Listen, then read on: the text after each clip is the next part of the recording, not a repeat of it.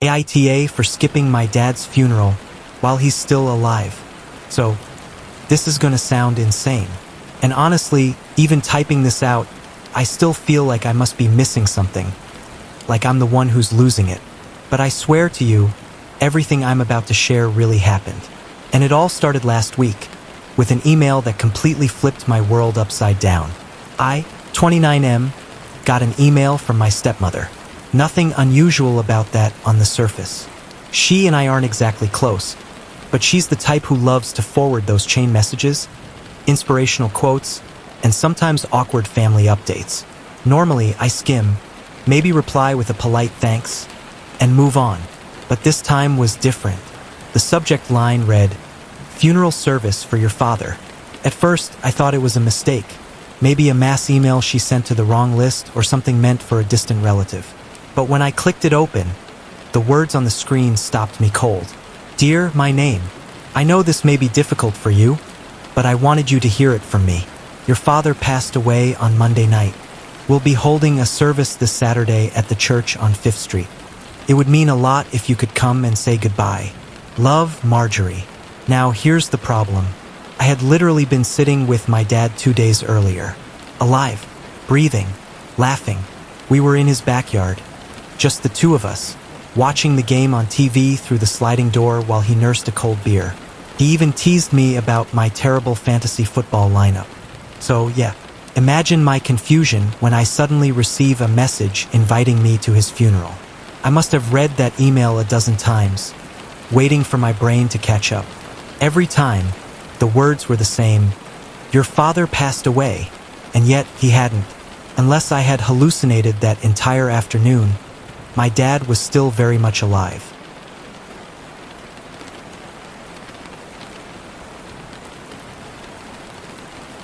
For context, my dad and I don't exactly have the kind of relationship that makes headlines in a Hallmark movie. Growing up, he wasn't really around. He was always working late, traveling for business, or later, busy with his new family. When I was about 10, my parents split, and within a year, he had remarried Marjorie, the woman who had just emailed me about his death. I spent most of my childhood feeling like an afterthought. Birthdays missed, baseball games with an empty seat in the stands, promises of "we'll hang out next weekend" that almost never happened. It wasn't until my mid-20s that things started to shift. Maybe it was me getting older, maybe it was him mellowing out, I don't know. But we managed to build something resembling a cordial relationship.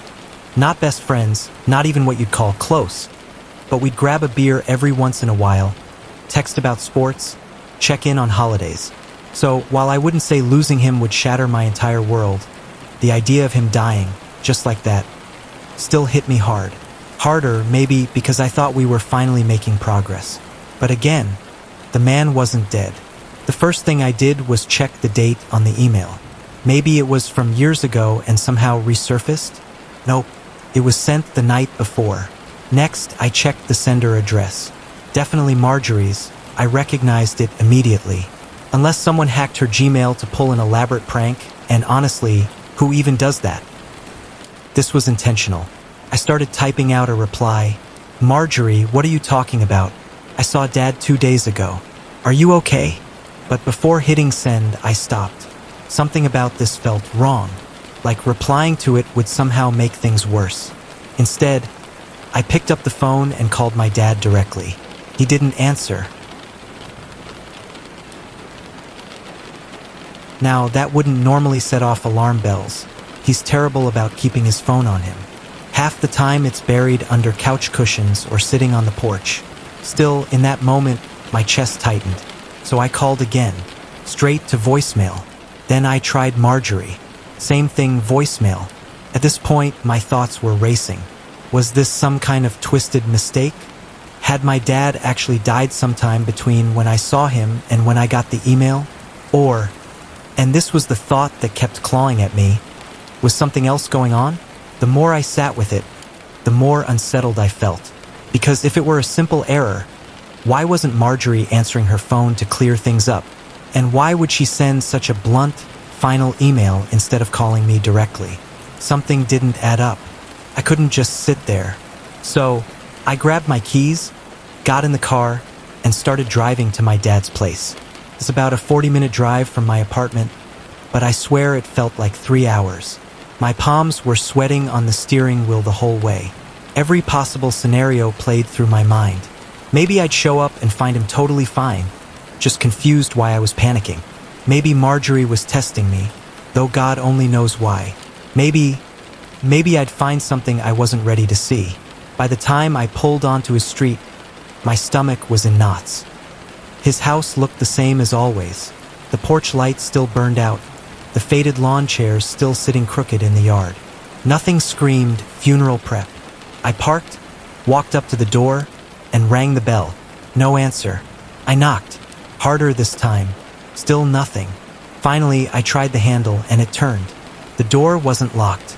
The place was quiet. Too quiet. Normally, when I came over, there'd be the sound of the TV, or the faint hum of the fridge, or at the very least, the smell of coffee lingering. But that day, nothing. I called out, "Dad!" No response. I stepped into the living room, empty. The recliner where he always sat was vacant, the TV off. A beer bottle sat on the coffee table, half full, condensation still clinging to the glass. It looked recent, like he'd just stepped away. That's when I noticed something else. On the side table next to the recliner was a folded piece of paper. My heart pounded as I picked it up. It wasn't addressed to me, or anyone, really. Just a single word written on the outside, "Funeral." After finding that folded piece of paper on the table labeled only "funeral," I swear my chest tightened like I was drowning in air. My hands were shaking, but I unfolded it anyway.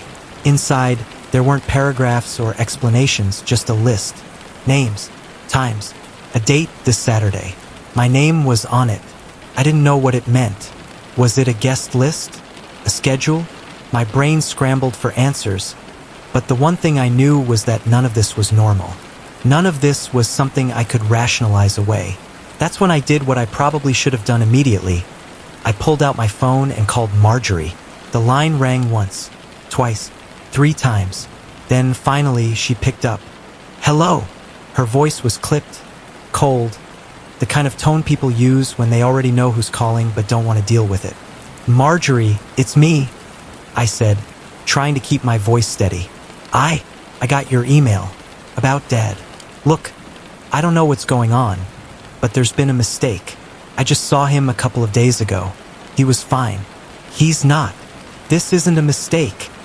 She cut in, sharp enough that it froze me mid-sentence. "We're holding a funeral for him. Whether you come or not is up to you." And then click. She hung up. That was it. No explanación. No details. Just a statement delivered like a verdict, final and unyielding. I just sat there, staring at my phone like maybe the screen would give me answers the voice hadn't. What the hell kind of response was that?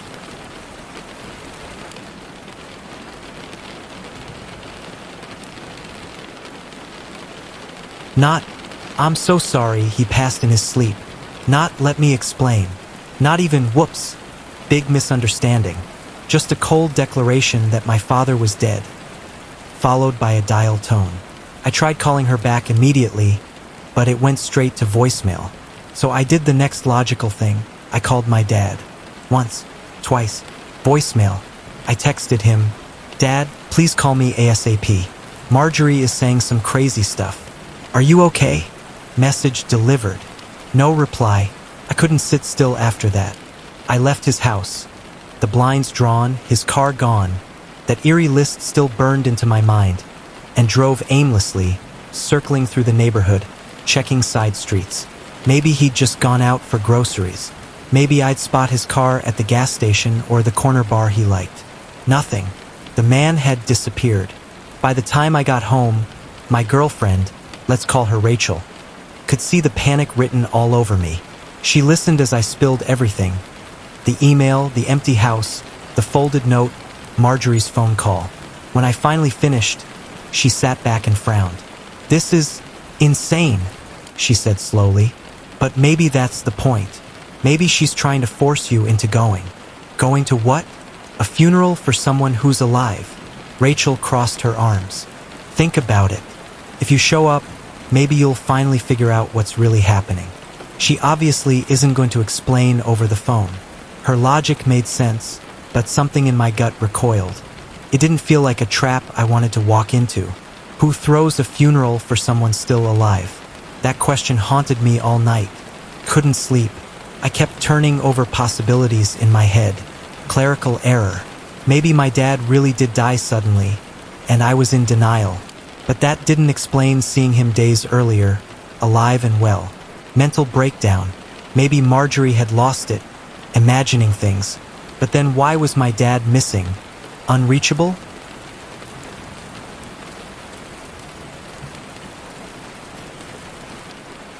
Not, "I'm so sorry he passed in his sleep." Not, "Let me explain." Not even, "Whoops." Big misunderstanding. Just a cold declaration that my father was dead, followed by a dial tone. I tried calling her back immediately, but it went straight to voicemail. So I did the next logical thing. I called my dad. Once, twice, voicemail. I texted him, "Dad, please call me ASAP. Marjorie is saying some crazy stuff. Are you okay?" Message delivered. No reply. I couldn't sit still after that. I left his house. The blinds drawn, his car gone. That eerie list still burned into my mind, and drove aimlessly, circling through the neighborhood, checking side streets. Maybe he'd just gone out for groceries. Maybe I'd spot his car at the gas station or the corner bar he liked. Nothing. The man had disappeared. By the time I got home, my girlfriend, let's call her Rachel, could see the panic written all over me. She listened as I spilled everything. The email, the empty house, the folded note, Marjorie's phone call. When I finally finished, she sat back and frowned. "This is insane," she said slowly. "But maybe that's the point. Maybe she's trying to force you into going." "Going to what?" "A funeral for someone who's alive." Rachel crossed her arms. "Think about it. If you show up, maybe you'll finally figure out what's really happening." She obviously isn't going to explain over the phone. Her logic made sense, but something in my gut recoiled. It didn't feel like a trap I wanted to walk into. Who throws a funeral for someone still alive? That question haunted me all night. Couldn't sleep. I kept turning over possibilities in my head.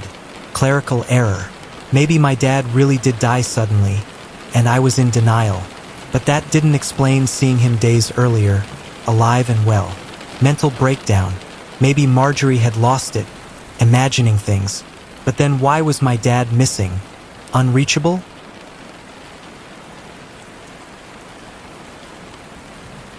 Something darker. And this is the thought that made me shiver. What if the funeral wasn't symbolic or mistaken, but planned? The more I thought about it, the more uneasy I felt.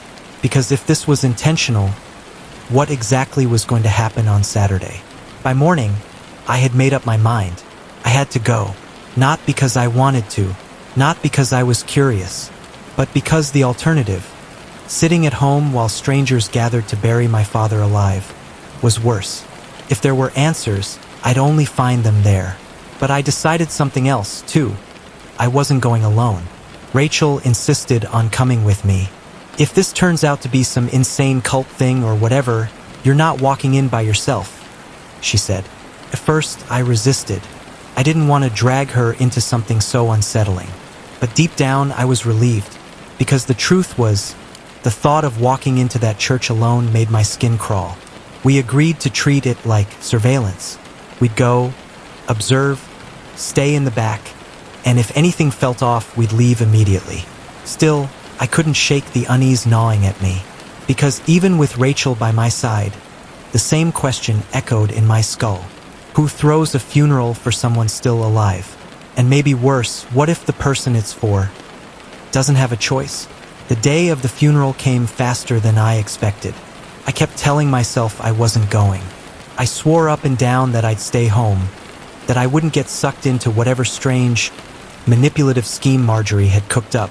But the truth? Curiosity gnawed at me like a loose tooth I couldn't stop poking. By mid-morning, I was dressed in a black shirt and slacks, pacing my apartment like a man waiting for a storm to break. Rachel gave me a look that said she already knew my decision. "You're going," she said flatly. I sighed, running a hand over my face. "Yeah, I have to. I can't sit here wondering." So we went. The church sat on the corner of 5th Street, just like the email said. It was old, one of those brick buildings with tall stained glass windows and a creaking wooden door that felt like it had been there for 100 years. The kind of place where whispers echoed like confessions. The parking lot was already half full. As soon as we stepped inside, I felt the air shift. There were people crying, actual tears. Men and women I vaguely recognized from my dad's work. Maybe some cousins I hadn't seen in years.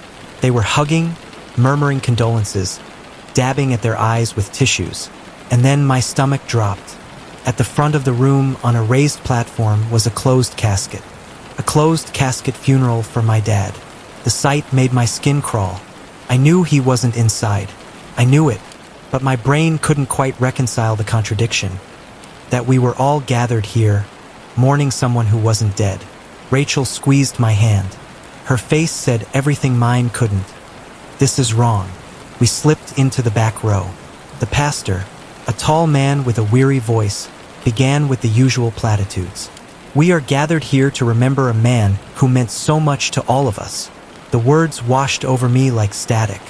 My eyes darted around the room. Some people sobbed openly. Others nodded somberly.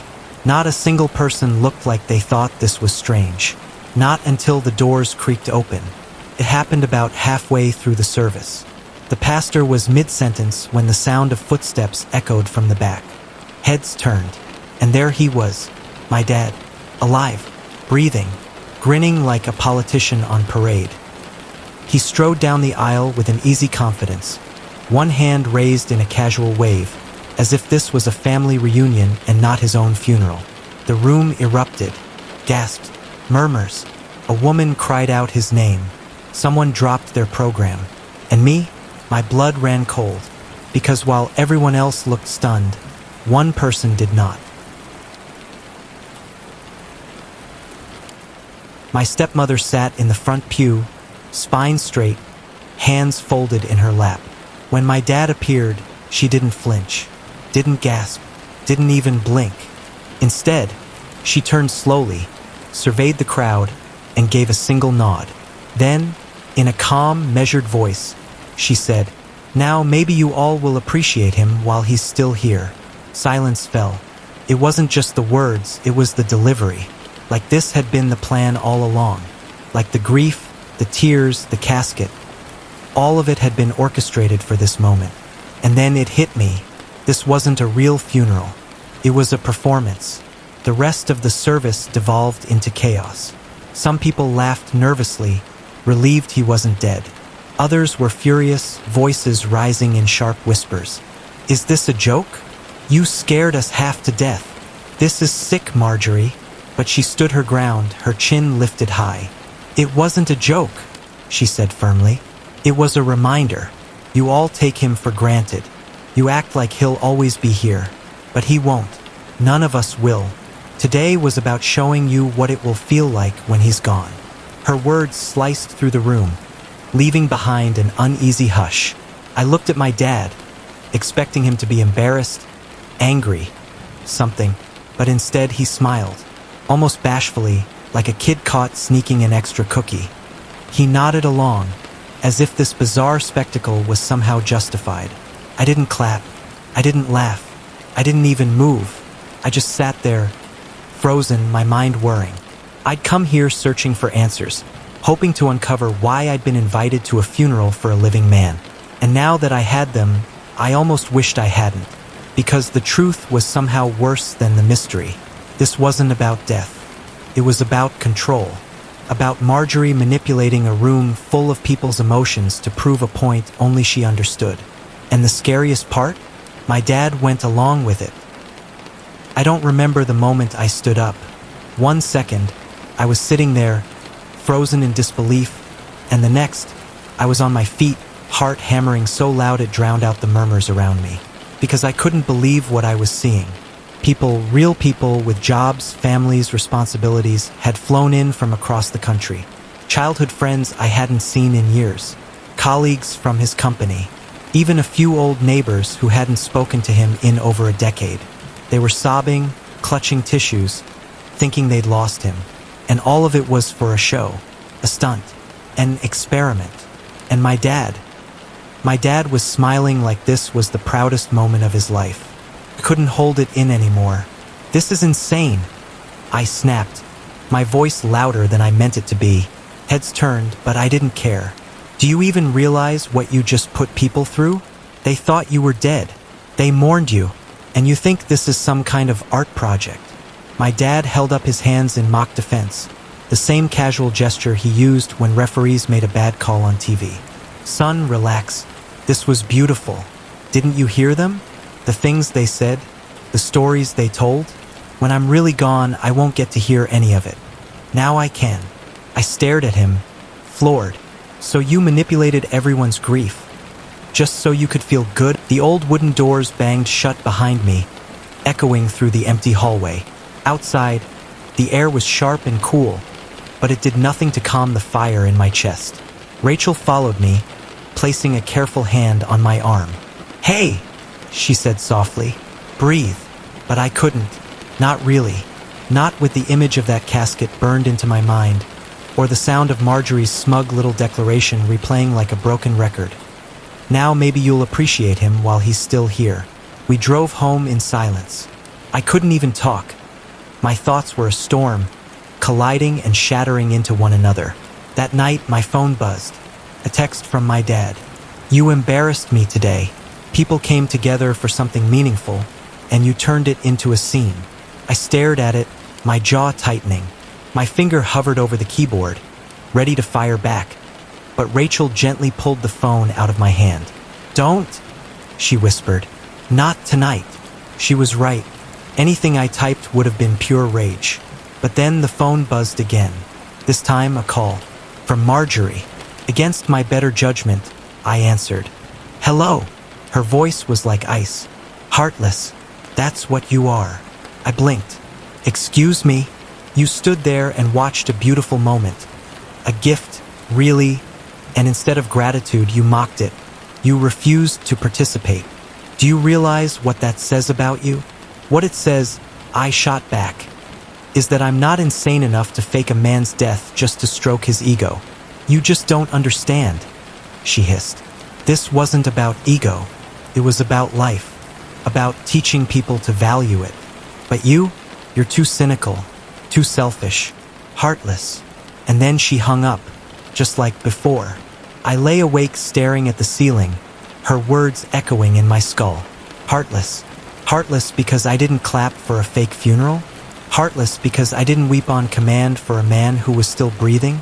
Or was I heartless because, deep down, a small part of me wondered if maybe she was right?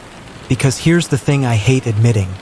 As twisted as it was, some of the eulogies did hit me.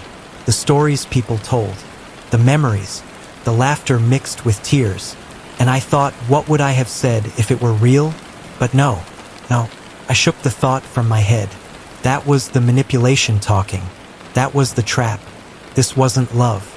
It wasn't art. It was control. And I wasn't going to let myself be a part of it. Here's where it gets messy. A few days after the living funeral, I got a call from my aunt. She's one of the few people in my dad's family I actually trust. Sharp as a knife, no patience for nonsense. She'd heard about what happened, though not from me. Word spread quickly after that spectacle. Her voice was low, cautious. "I don't know if you've heard," she said, "but your dad updated his will last month." The words made my stomach flip. Turns out he left almost everything, the house, the savings, even some family heirlooms, to Marjorie and her kids, his stepfamily, people who've been in his life for maybe half the years I have. And me? A token sum. Barely enough to cover a used car. I tried to laugh it off, but my aunt wasn't done. "You know what I think?" she said, her voice sharpening. That whole funeral stunt wasn't just about ego. It was a test. He wanted to see who played along, who showered him with love, who proved their loyalty. And you, by refusing to go along, you failed it. Her words hit me like a punch to the chest. I hung up the phone and just sat there, numb, because on some level it made sense. My dad and Marjorie have always loved their little social experiments. She frames them as philosophy or art, but really they're about control, about sorting people into worthy and unworthy. And maybe I'd just been sorted. The thought gnawed at me. Had I cost myself what little inheritance I still had? Did my anger, my refusal to clap for their twisted theater, brand me as heartless in his eyes forever? And worse, should I have played along? I kept replaying the scene in my head. The crowd sobbing, the casket gleaming under the lights, my dad strolling in like a messiah, Marjorie beaming in victory, and me, standing up, calling it insane, storming out like the only sane person in the room. At the time, it felt righteous, like I was the only one willing to pierce the illusion. But now I wondered if I'd overreacted. If maybe I should have just sat quietly, let the circus play out, and protected my place in the family. Because now, instead of looking principled, I looked bitter, angry, heartless, exactly what Marjorie wanted. Here's the crossroads I'm at. On one hand, I know it was manipulative and cruel. You don't fake a death, drag people into a grief spiral, and then smugly reveal it was all a lesson. That's not love. That's psychological warfare. On the other hand, maybe my dad really did get something out of it. Maybe hearing those eulogies, those stories, gave him peace. Maybe in his twisted way it mattered. And if that's true, then what does it say about me, the one who refused to play along? So here I am, sitting with this knot in my chest, wondering if I blew it. My dad's alive. That should be enough. But I can't shake the feeling that I failed some unspoken test, that I'm now forever branded as the ungrateful son, while his stepfamily reaps the rewards of loyalty and compliance. And maybe, just maybe, that was the whole point of the funeral all along. So I'm putting it to you, Reddit. Aita for refusing to go along with my dad's funeral while he was still alive? ATA for dating someone as a bet and actually falling in love? So, let me paint the scene for you. I, 28F, work at a lifestyle magazine, the kind of place that pretends to be all about wellness, empowerment, and sophistication, but behind closed doors? It's basically high school with deadlines. Picture an office where everyone is well-dressed, coffee orders are more complex than actual personalities, and gossip isn't just small talk. It's practically the company currency. If you're not in the loop, you're invisible. If you are in the loop, you'd better pray you're not the subject. I've always been the kind of person who, well, I wouldn't say I seek attention, but I don't mind a little spotlight when it finds me. I'm competitive. I like to win. And when you work in an environment where everyone is constantly out-snarking each other, you either sharpen your claws or get shredded. Anyway, this whole thing started during one of our infamous lunch breaks. We were sitting at the long communal table in the break room, which always feels less like eating and more like a gladiator pit for passive-aggressive remarks. That day, the topic somehow landed on men. Specifically, why every single one of them seems like a disappointment wrapped in cologne. 2 weeks, sighed Jenna, one of our senior editors. That's the average shelf life. After that, he ghosts, cheats, or shows you his true colors. Every time. Try 1 week, laughed Marissa, another coworker. Last guy I dated barely lasted through our second brunch before he bailed. The table erupted in groans and laughter, and everyone started one-upping each other with the worst dating horror stories. Cheating boyfriends, compulsive liars, guys who suddenly decided they weren't ready for commitment after months of acting like they were. You know, the usual nightmare fuel. And that's when I, stupid, prideful, competitive me, decided to open my big mouth. Not every guy flakes, I said, casually stabbing my salad with way too much force. If I actually wanted to keep someone around, I could. Easily. A month minimum. You would have thought I just announced I could sprout wings and fly across the room. Oh, please, scoffed Jenna. You're telling me you could pick any guy, and he wouldn't ghost, cheat, or lose interest for at least a month? Exactly, I said, leaning back with what I hoped was the perfect mix of confidence and nonchalance. They all burst out laughing.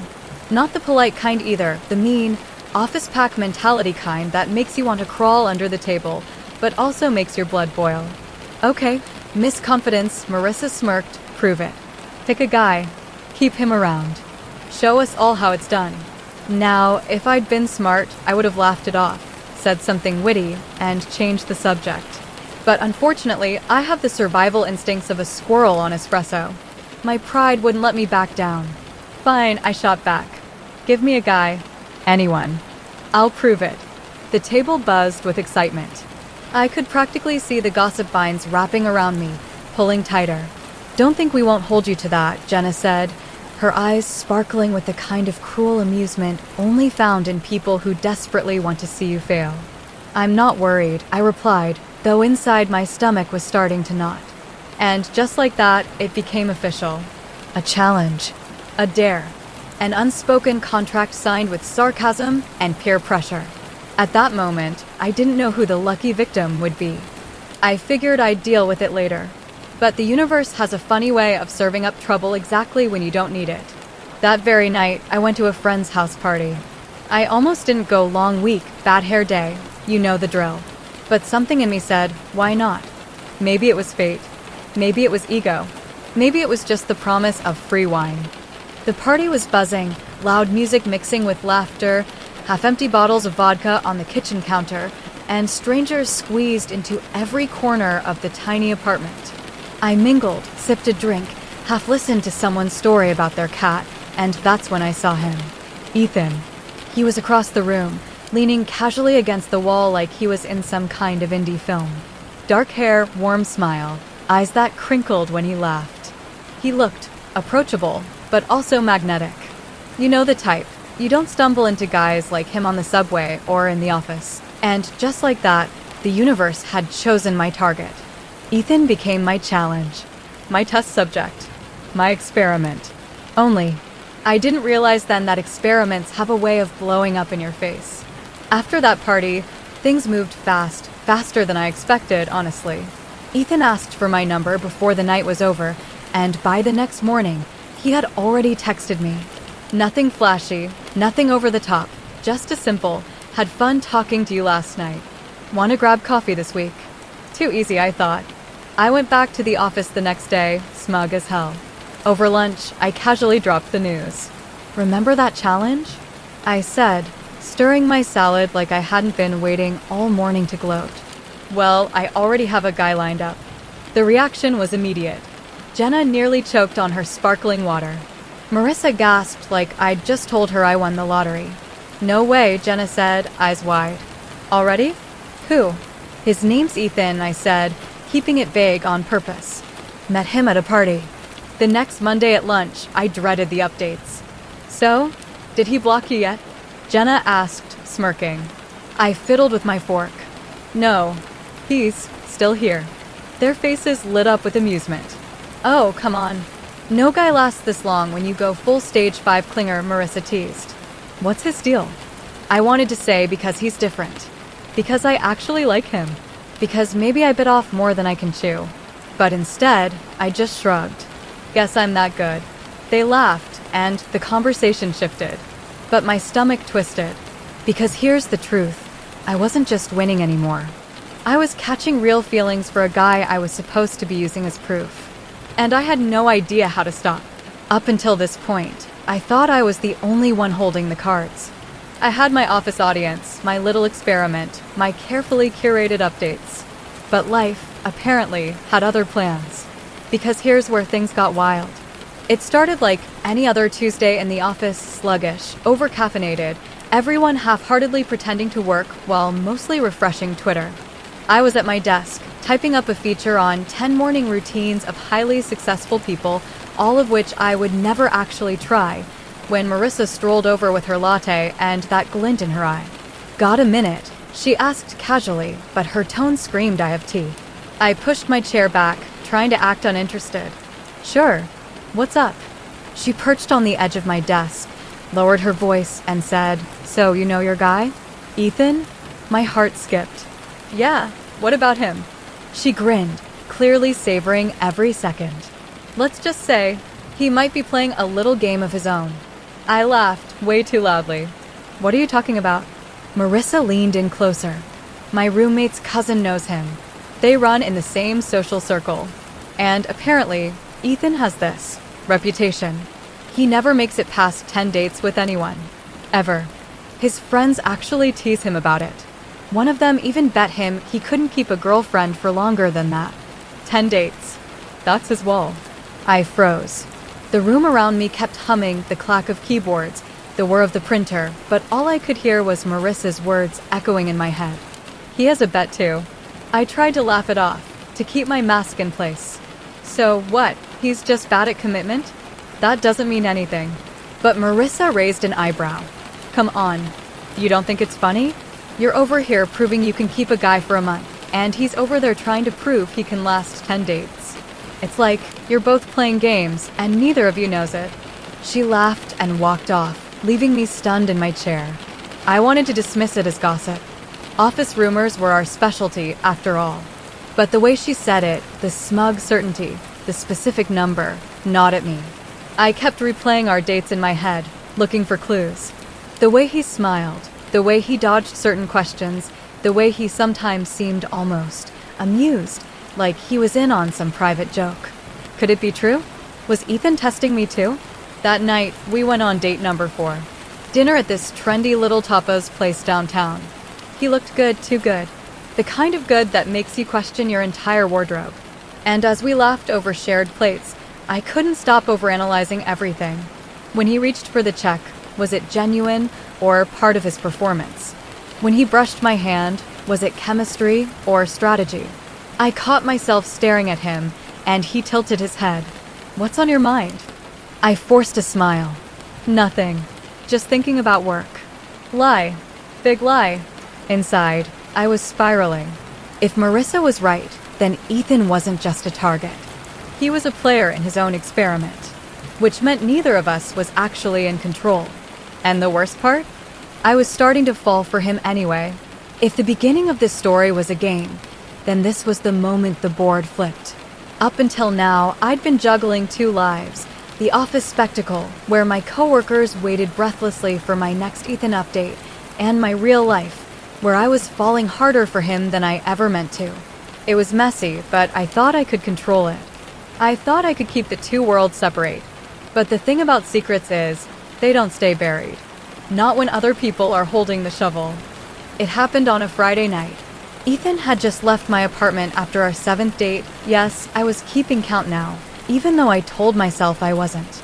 He kissed me goodnight, soft and lingering, the kind of kiss that makes your knees a little unreliable. I closed the door with a smile plastered on my face, thinking, maybe this is real. Maybe I can come clean eventually. Then my phone buzzed. A notification. Instagram. A DM request. I opened it and my stomach dropped. It was Ethan. Or rather, it was Ethan's profile picture at the top of the message thread. But the message wasn't from him. It was from one of my coworkers, let's call her Lydia, the kind of friend who thrives on chaos. She had forwarded him screenshots. Screenshots of our group chat. Every smug little update I'd ever given. Every sarcastic joke. Every look how far I've gotten him to go. Right there in black and white. And below it, Lydia had typed, thought you should know how she really talks about you. I couldn't breathe.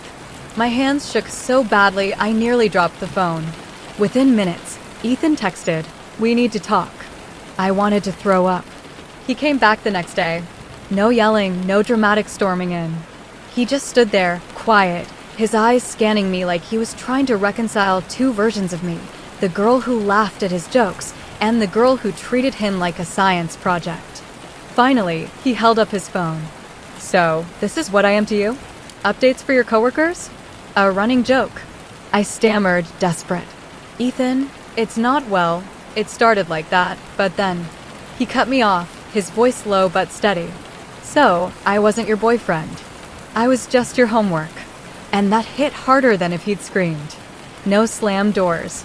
No angry tirade. Just disappointment so heavy it felt like it cracked the floor beneath me. He looked at me one last time, and then he walked away. No promises to call. No second chances. Just gone. And for the first time in this whole stupid game, I realized I wasn't winning anything. I'd already lost. When Ethan walked out, I told myself he just needed space. A day, maybe 2. That he'd come back once he cooled off, and we'd talk it through like adults. but space stretched into silence. My calls went unanswered. My texts stayed on, delivered. His social media went dark, no new posts, no story updates. He was gone, not just from my apartment, but from my whole world. And the cruel thing was, life kept moving around me. At the office, the gossip mill churned harder than ever. My friends leaned in with their smug little smiles, whispering things like, "Guess he didn't last after all," or, "Well, that's karma." They treated my heartbreak like entertainment, like I was just another story to dissect over salads and sparkling water. Meanwhile, I was unraveling. I replayed everything, every date, every joke, every kiss, trying to pinpoint the exact second where I could have chosen differently, where I could have stopped the game before it swallowed me whole. And then came the kicker. A week later, I found out the truth. It was Jenna, of all people, who let it slip. We were in the break room, and she made some offhand remark like, "Honestly, I'm surprised he lasted as long as he did, considering he knew." I froze. Knew what? She looked at me, eyes widening like she'd said too much. "Oh, you didn't know." My stomach dropped. Know what, Jenna? But on the other hand, he wasn't innocent either. He knew. He could have walked away. He could have confronted me. He could have spared me this spiral of guilt and longing. But he didn't. He played his own game. And in the end, we both lost. Every night, I scroll through our old texts, rereading the stupid memes we sent each other, the little inside jokes we built. I stare at the unanswered messages piling up. "Please talk to me. I'm sorry. I was an idiot. I didn't mean to hurt you." And it's like screaming into a void. My friends call it karma. They say I got exactly what I deserved. And maybe they're right, but when I close my eyes, I don't see karma. I see Ethan's face, the way he smiled when I laughed too hard, the way he brushed my hair back when it fell in my eyes, the way he looked at me like maybe, just maybe, I was more than my office games. And now he's gone. The worst part is I don't even hate him. I wish I did. I wish I could paint him as the villain, tell myself he was manipulative, cruel, just another guy who played me. But that's not true. Ethan was kind, patient, funny, honest in ways I didn't deserve. He gave me chances to show who I really was, and I blew every single one. He was right when he said I treated him like homework. I turned a real person into a task to complete, a bet to win. And in the end, I learned the difference between winning a game and losing something real. It's been weeks now. My coworkers have moved on to fresher gossip. My phone is quieter than it's ever been. And me? I keep wondering if Ethan still thinks about me. If he checks his phone, sees my name, and feels even a fraction of what I feel every time his face flashes through my memory. But maybe this is the lesson I was meant to learn. Not every competition is worth winning. And some games, you can't walk away from without scars. So now I'm here, typing this out for strangers on the internet, hoping for clarity. Hoping that maybe someone will tell me what I can't figure out for myself. Am I the asshole for starting this stupid challenge? Or am I just another person who gambled with love and lost? Because if there's one thing I know for sure, it's this. Ethan wasn't just an experiment.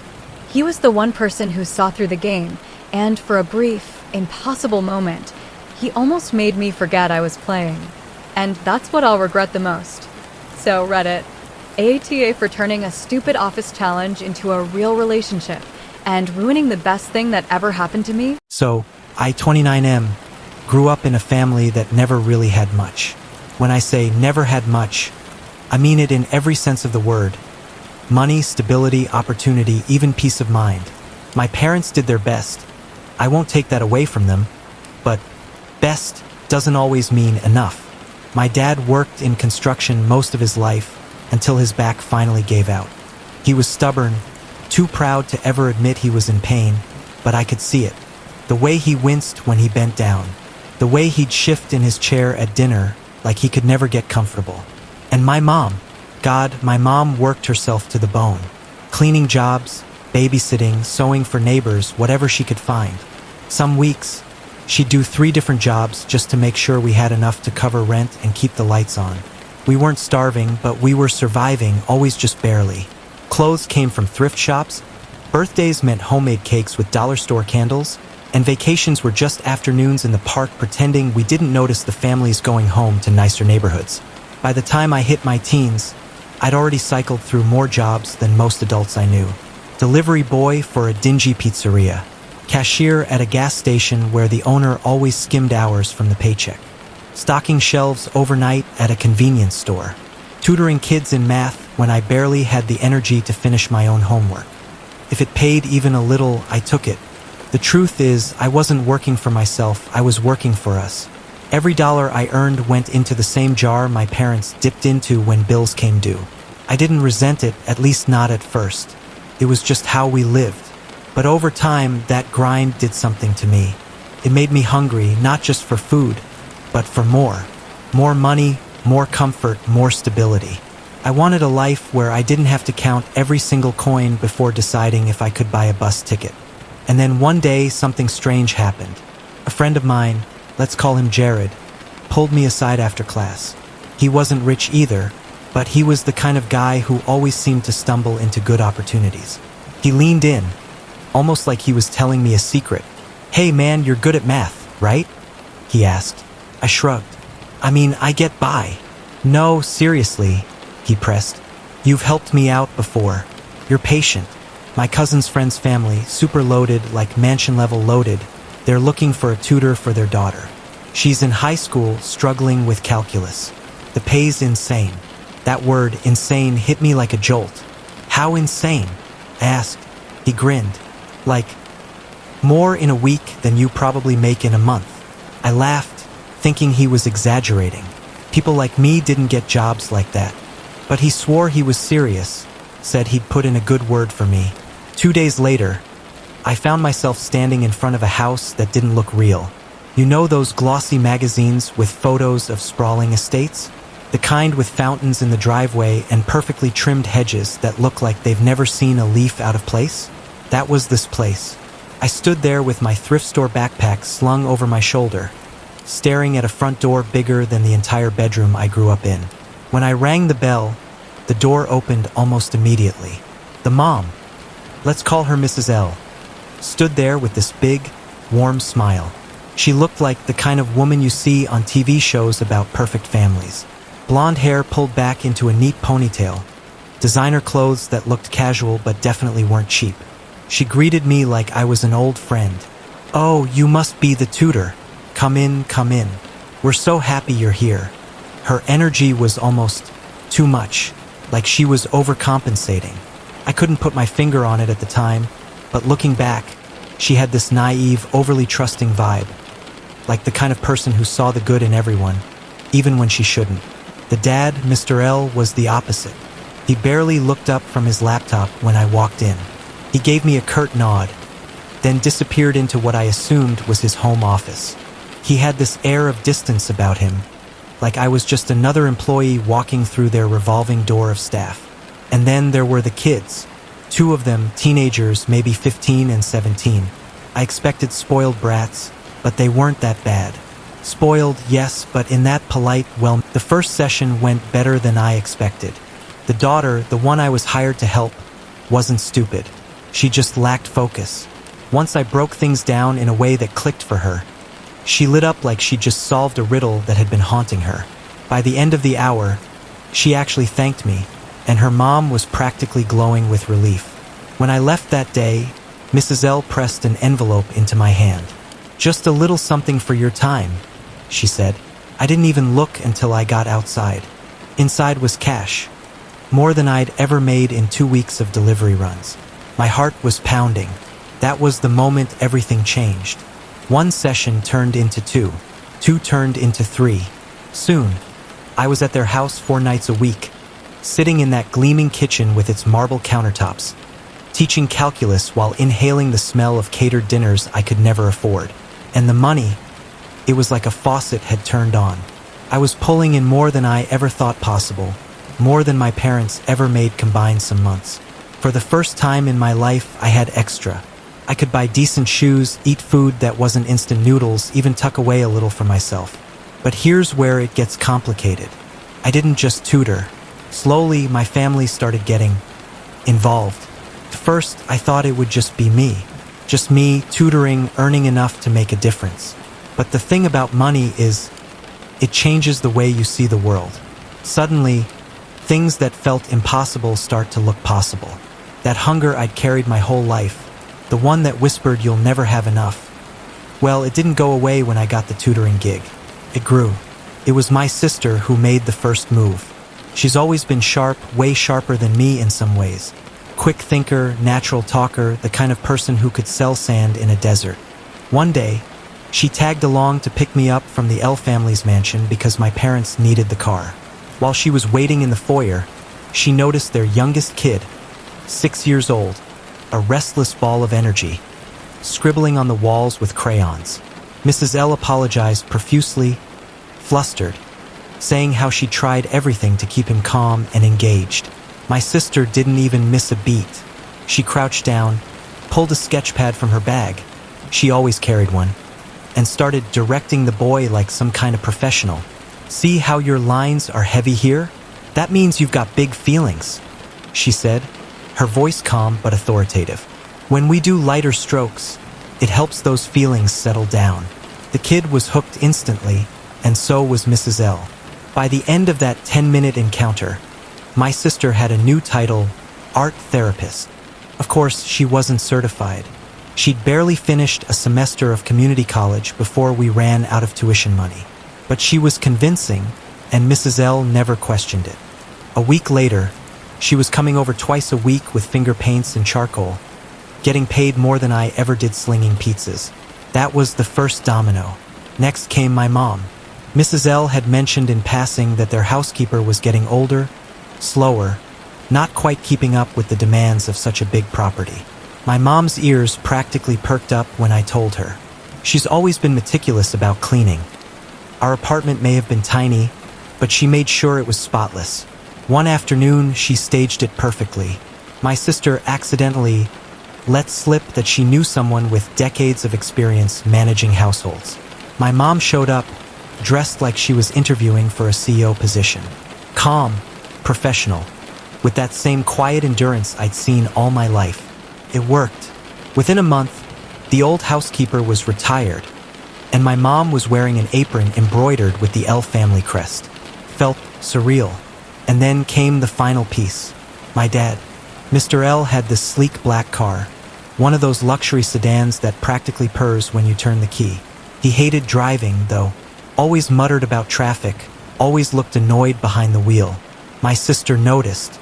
She also noticed how casually Mrs. L mentioned that their chauffeur had become unreliable. Guess who stepped in? Yep, my dad, with his old-school manners and calm, steady hands, slid right into that role.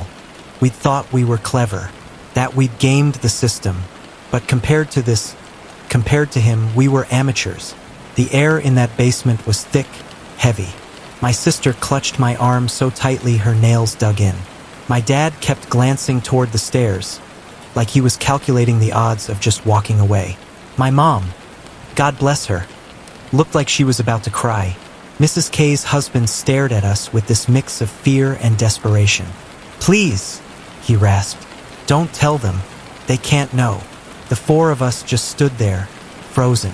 It was like looking into a mirror, an uglier, darker reflection of what we were doing. We thought we were infiltrators. But here was proof that the house itself was layered with secrets, with parasites clinging to its wealth like barnacles on a ship. And in that moment, I realized something terrifying.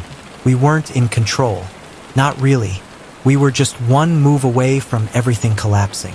First, it was just awkward. A secret shared between too many people. Mrs. K begged us to understand. Her husband clung to her like she was the only thing tethering him to reality.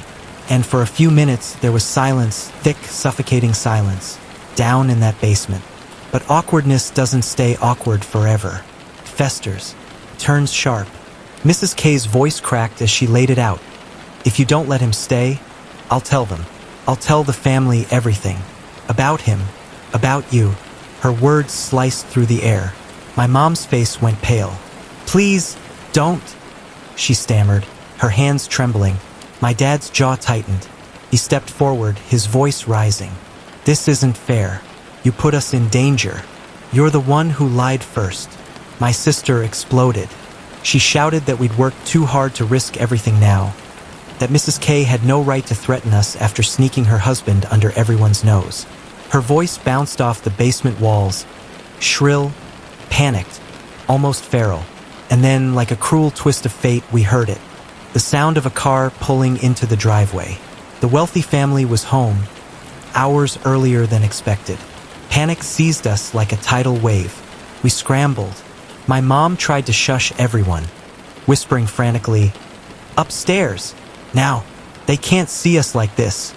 My dad tried to block Mrs. K and her husband from following, while my sister hissed that we had to lock the door, hide the evidence, something. But chaos doesn't care about plans.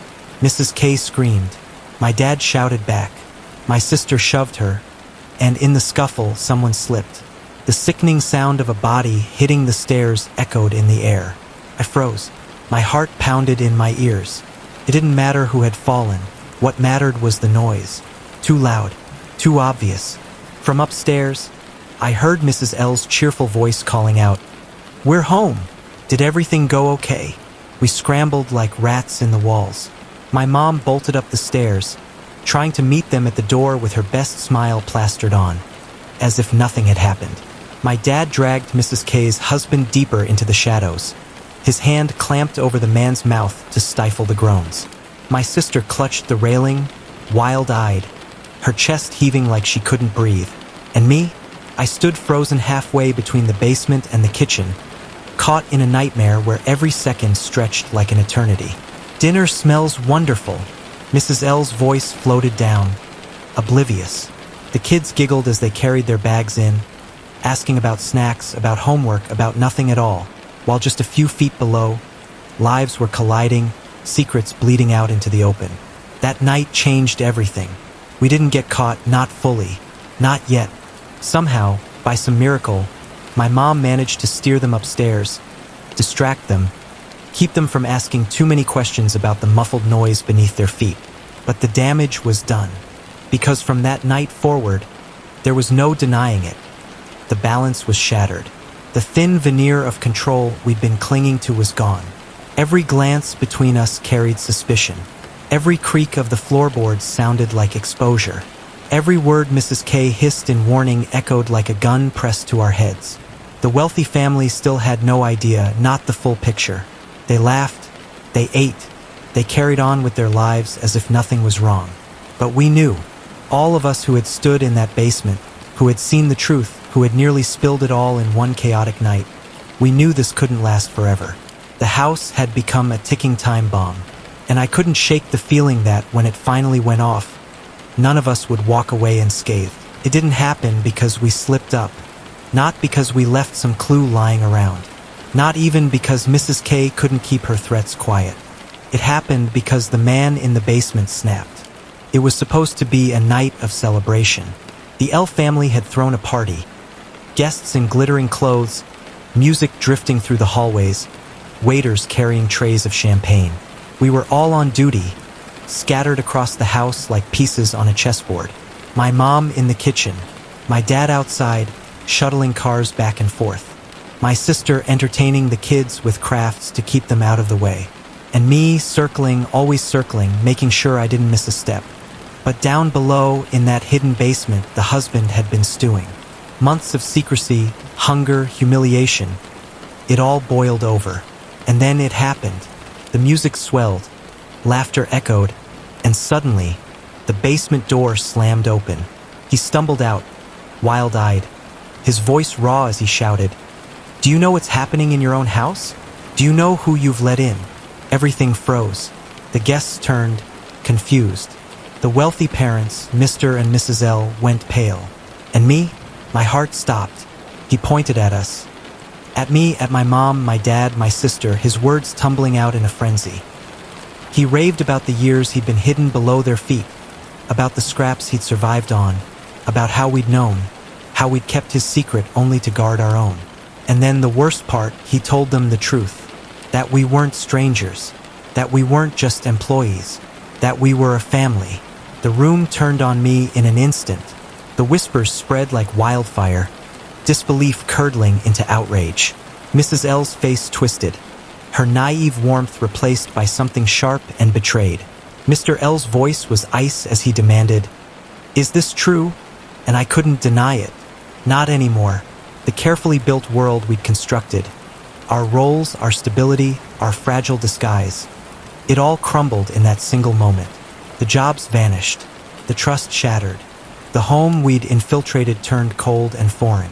We were cast out, one by one, like intruders finally unmasked. And now here I am, sitting in the same cramped apartment where it all began, staring at the peeling paint on the walls and wondering if it was worth it. Because here's the thing, we weren't stealing. We weren't breaking in or robbing them blind. We worked, we cleaned, we drove, we taught.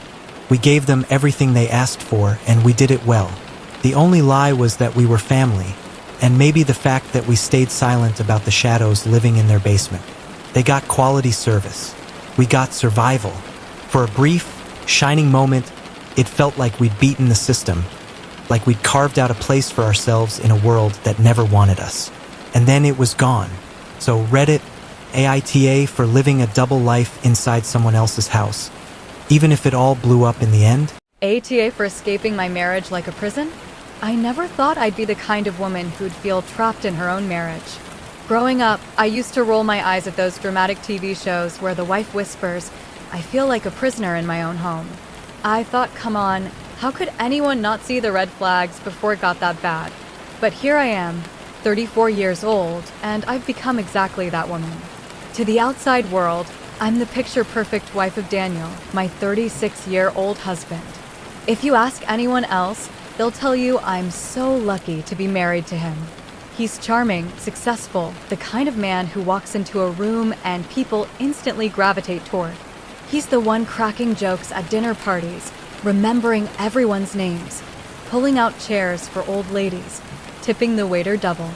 People adore him, but those same people never see what happens when the doors close. Inside my house, our house, he doesn't feel like a husband. He feels like a warden. When I first met Daniel, I won't lie, he swept me off my feet. He had this confidence about him that I mistook for security. At the time, I was fresh out of a long relationship with someone who was indecisive, flaky, always leaving me second-guessing. Daniel was the opposite. He knew what he wanted, and he wasn't afraid to say it. I remember our first date. We met at this little Italian restaurant downtown. He showed up in a navy suit, even though I later found out he came straight from work. He ordered for both of us without asking, and I laughed about it at the time. "Wow," I said, "aren't you a little presumptuous?" And he just smirked, leaning back in his chair. "I just know it's good here. Trust me." Back then, it felt charming. Like he was taking care of me. Like I could finally relax and let someone else steer for once. What I didn't realize is that moment was the blueprint for our entire relationship. At first, it was subtle. He'd suggest I stop hanging out with certain friends. "They don't really bring you joy, do they?" he'd say. Or, "They're jealous of us, babe." I can see it. Then it became about work. I was a teacher, and I loved it.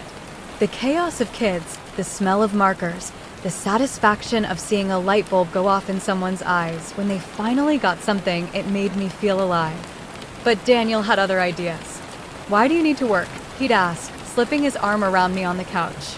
"I make enough for both of us. You could focus on your art, or just relax." Isn't that every woman's dream? I resisted at first. I told him teaching wasn't just a job, it was part of who I was. But he chipped away at me. He'd bring it up after rough days, pointing out how stressed I looked. He'd casually mention how much money he made compared to my salary, like it was a joke. Eventually, I started to feel guilty, like maybe I was being selfish for wanting something of my own. So I quit. And that's when the walls really closed in. When you don't have your own income, something changes. At least, it did with Daniel. Suddenly, everything was his. His house, his money, his rules. At first, he'd frame it as generosity. "Here, take my card if you need anything." But there was always this invisible leash attached. If I bought something he didn't approve of, he'd raise an eyebrow. "Did you really need that?" he'd ask, half smiling. I started second-guessing every purchase. Groceries, clothes, even coffee. I felt like a teenager sneaking around, only instead of hiding cigarettes or bad report cards, I was hiding receipts. It got to the point where I'd stand in front of the mirror before leaving the house, rehearsing excuses in case he asked why I needed a new blouse. And friends? Forget it. One by one, they drifted away. Not because they didn't care, but because I stopped showing up. Daniel always had a reason. He'd plan something the same night as a girls' dinner. Or he'd guilt me with lines like, "Why do you want to spend time with them when you could be with me?" I told myself it was just part of marriage. Compromise. Sacrifice. But inside, I felt smaller and smaller until one day, I barely recognized myself. The strangest part of all this? To the outside world, I was still lucky. Neighbors saw me driving around in Daniel's luxury car and thought I had it made. My family bragged about how well I wanted to scream, "You don't see it. You don't see what he's really like." But how could I? Even I couldn't fully name it yet. Instead, I felt like a ghost haunting my own life. I was there, but not really. My voice didn't matter. My choices didn't matter. Even my dreams didn't matter. And that's when the real darkness began to creep in, the part of me that started to believe maybe this was all I deserved. One night, everything shifted, though not in the way you might expect. Daniel and I were at a dinner party with some of his colleagues. He was in full performance mode, cracking jokes, making people roar with laughter. At one point, someone asked me about my job, and I froze. I didn't have a job anymore. I laughed nervously and said, "Oh, I used to teach, but now I'm just at home." Just at home. That's what came out of my mouth. Like I was nothing. Like my whole existence had been reduced to nothing. And Daniel? He just grinned, squeezing my hand under the table. "She doesn't need to work," he said proudly. "I take care of everything." Everyone nodded approvingly, like it was some fairy tale. And I smiled too, but inside, something cracked. Because in that moment, I realized I wasn't living. I was surviving. And barely at that. That was the night I stopped pretending I was happy. That was the night I started plotting my way out. But trust me, the way I finally escaped Daniel, it wasn't anything like I planned. And it sure as hell wasn't something he or anyone else ever saw coming. Daniel was the type of man who checked everything. My phone, my emails, even my browser history. Once, I forgot to close a tab for a recipe blog, and he accused me of wasting time online. After that, I knew better than to risk leaving any trace of my thoughts. So I built a journal in my head. It started small, tiny notes I'd repeat to myself until they stuck. Like how he reused the same password for his work emails and our streaming account. Or how he always came home late on Thursdays because of his weekly client dinners. Or how the basement door stuck just slightly when you pulled it a certain way. Little things. Unimportant things. At least, that's what they looked like on the surface. But to me, each detail was a stone I was prying loose from the wall of my prison. I knew I couldn't let Daniel suspect anything. If I was going to escape, it had to be quiet, methodical, invisible. So I leaned into the role of the obedient wife. I cooked his favorite meals. I laughed at his jokes, even when they made my skin crawl. I pretended to hang on every word of his rants about work. I even let him pick out my clothes, nodding like I really believed him when he said, "This dress makes you look classy." All the while, in my head, I was digging. Digging with every detail I stored away. I think that's what kept me sane. Knowing that while he thought I was under his thumb, I was secretly chiseling away at the bars. One afternoon, while I was tending to the flower bed out front, our neighbor, an older woman named Marjorie, leaned over the fence. She tilted her head, studying me. "Honey," she said softly, "are you okay?" My heart stopped. It was such a simple question, but it nearly cracked me wide open. For a moment, I wanted to spill everything. To tell her how I felt like a ghost, how I hadn't bought my own clothes in years, how I couldn't even drink a cup of coffee without worrying if Daniel would notice. But instead, I forced a smile. "Of course," I said, "just a little tired." She looked at me like she didn't quite believe it, but she let it go. And I swore to myself right then, no one could know.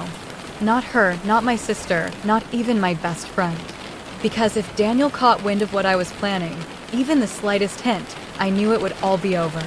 The details I kept in my mental journal started forming a pattern.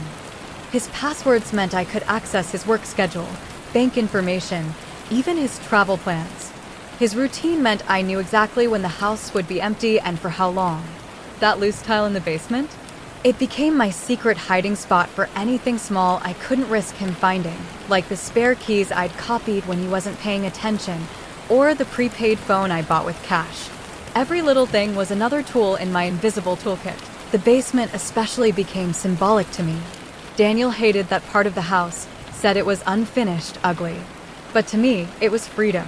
That loose tile was my tunnel, my Shawshank Redemption moment, except instead of carving through concrete, I was carving through lies and control. Keeping everything bottled up wasn't easy. There were nights I'd lie awake, staring at the ceiling, every muscle in my body vibrating with the need to tell someone. Just to hear another human voice say, "You're not crazy. You're not alone." But I never did. Silence became its own kind of armor. If Daniel was the warden of my prison, then silence was the key I kept hidden under my tongue. Because if I wanted to escape, I couldn't just run blindly into the night. That's what he expected. That's what every abuser expects, that you'll panic, make mistakes, get caught, and crawl back broken. No, I was going to outsmart him. I was going to walk out of that house like I was never meant to stay. I think this was the part of the story where something inside me hardened. Up until then, I'd been surviving day by day. Numb, ghost-like.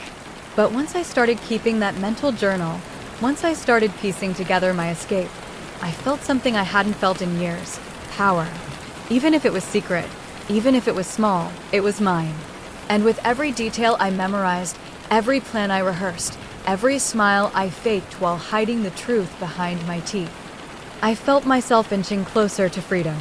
What I didn't realize then, though, was that the real danger wasn't in the planning. The real danger was that Daniel was smarter than I gave him credit for. And one night, he almost caught me. I crept down to the basement barefoot, careful not to let the stairs creak. My heart hammered in my chest, every beat screaming, "This is it. This is where I get caught. He's going to wake up. He's going to find me." But he didn't. I reached the far wall, the one Daniel never paid attention to. And there it was, the loose tile. I'd discovered it months earlier, just a tiny wobble when I brushed against it while doing laundry. He'd never cared enough to fix it. To him, it was nothing. To me, it was everything. I pried it loose with shaking fingers, my breath shallow. Behind it, there was a hollow space. Not huge, but deep enough to hide something important. And right then, it felt like I was staring into my own escape tunnel. It started small. A few dollars from the grocery money, just enough that he wouldn't notice. I'd slip it behind the tile, whispering to myself, one day this will matter. Then came the documents. Copies of my birth certificate, my social security card, even our marriage license. I couldn't risk the originals. They were locked in his office safe. But copies would be better than nothing if I had to prove who I was. And then, the biggest risk of all, a prepaid phone. I bought it with cash on a rare trip to the store alone, and the entire time I felt like the clerk could see right through me. But I got it home, slid it behind the tile, and felt a surge of victory. Piece by piece, my hollow space became more than just a hiding spot. It became my lifeline. Upstairs, nothing changed. I played the role of the perfect wife, just like always.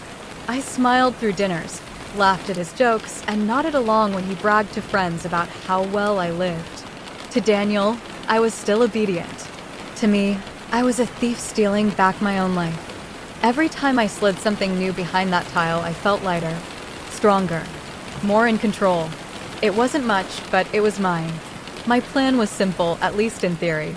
One day, while Daniel was at work, I'd take what I'd stashed, walk out the door, and never come back. No dramatic goodbye, no confrontation, just gone. I fantasized about it constantly, packing a bag, grabbing my hollow stash, and stepping into a world where no one called me, just at home. A world where I didn't have to rehearse excuses for why I needed a new blouse. A world where I could finally breathe. But of course, life doesn't follow clean plans. Because just when I thought I had everything under control, something happened that threw everything into chaos. It was a Tuesday. Daniel came home early. His face was flushed, his movements sharp. He slammed his briefcase on the counter, muttering about a deal gone wrong. I froze, my body instinctively bracing for the storm. But instead of yelling, he stopped and stared at me. "You've been quiet lately," he said, his eyes narrowing. Too quiet. My mouth went dry. "Just tired," I murmured, forcing a smile. He studied me for a long moment, then nodded slowly. Don't get any ideas, sweetheart. You've got a good life here. Better than most." And then, just like that, he turned away, pouring himself a drink. But my blood ran cold. Because the way he said it, the sharp edge in his tone, it was like he already knew something. Like he could smell my secret, even if he hadn't found the hollow space. That was the night I realized my escape wasn't going to be as simple as walking out the door. That was the night the game changed. Because Daniel wasn't just the warden of my prison. He was starting to suspect I was building a way out. By the time I reached the night before my planned escape, I thought I had every detail lined up. The stash behind the basement tile, the prepaid phone, the copies of documents, the perfect window of time when Daniel would be gone at work. I thought I was in control, but control is an illusion when you're dealing with someone like Daniel. That night, as I was tidying the kitchen, I heard Daniel's voice drift down the hallway. He was on the phone in his office. The door cracked just enough for his words to slip through. At first, I ignored it. I'd learned long ago that listening to his conversations only invited trouble. But then I caught one word, my name, and then another, cheating. I froze, my hand still gripping the dish towel.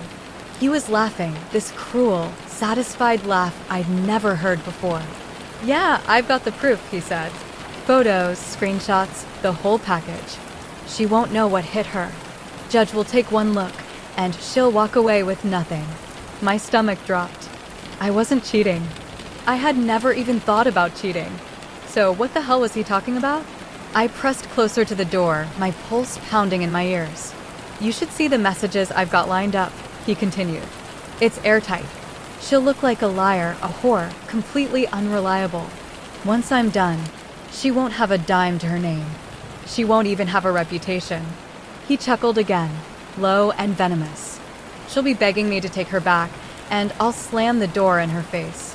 I backed away from the door, my knees trembling. Fake photos. Fake messages. He was fabricating an entire affair. And it was believable, of course it would be. Daniel had connections. Money. A silver tongue. In a courtroom, it would be my word against his, and he had already stacked the deck. I imagined myself sitting in front of a judge, stammering I didn't do it, while Daniel smugly waved around doctored screenshots. And I knew exactly how it would end. I wouldn't just lose him, I'd lose everything. That was the moment it hit me. My plan wasn't just about freedom anymore.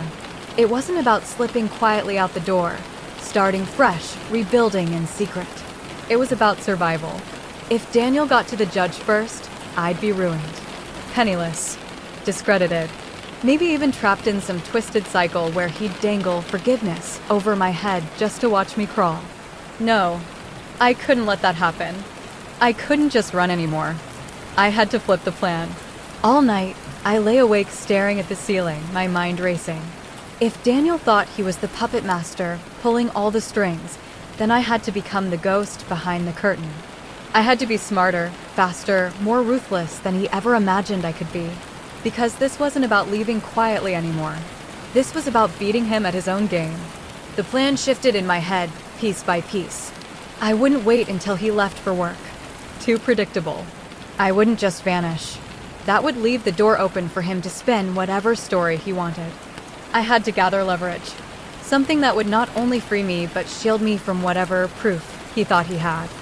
For the first time, escape wasn't enough. I needed insurance. The next morning, Daniel was all smiles at breakfast. He poured me coffee, kissed the top of my head, and talked about weekend plans like nothing had happened. And I smiled right back. I laughed at his jokes. I played the perfect wife, just like always.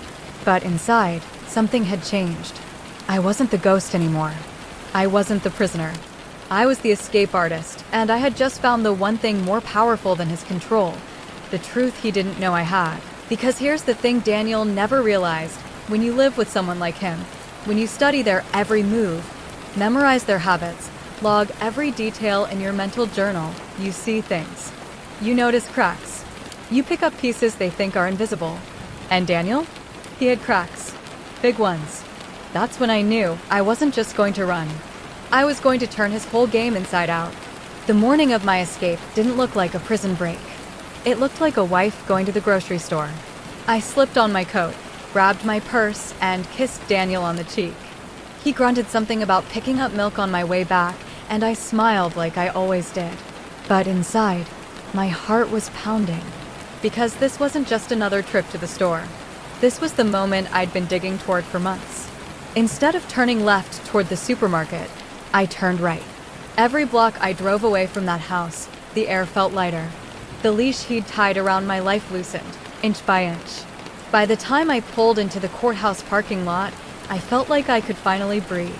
I walked in clutching my hidden folder, the documents I'd stashed behind the basement tile, my journal of memories etched into my brain, every shred of proof I could gather without tipping him off.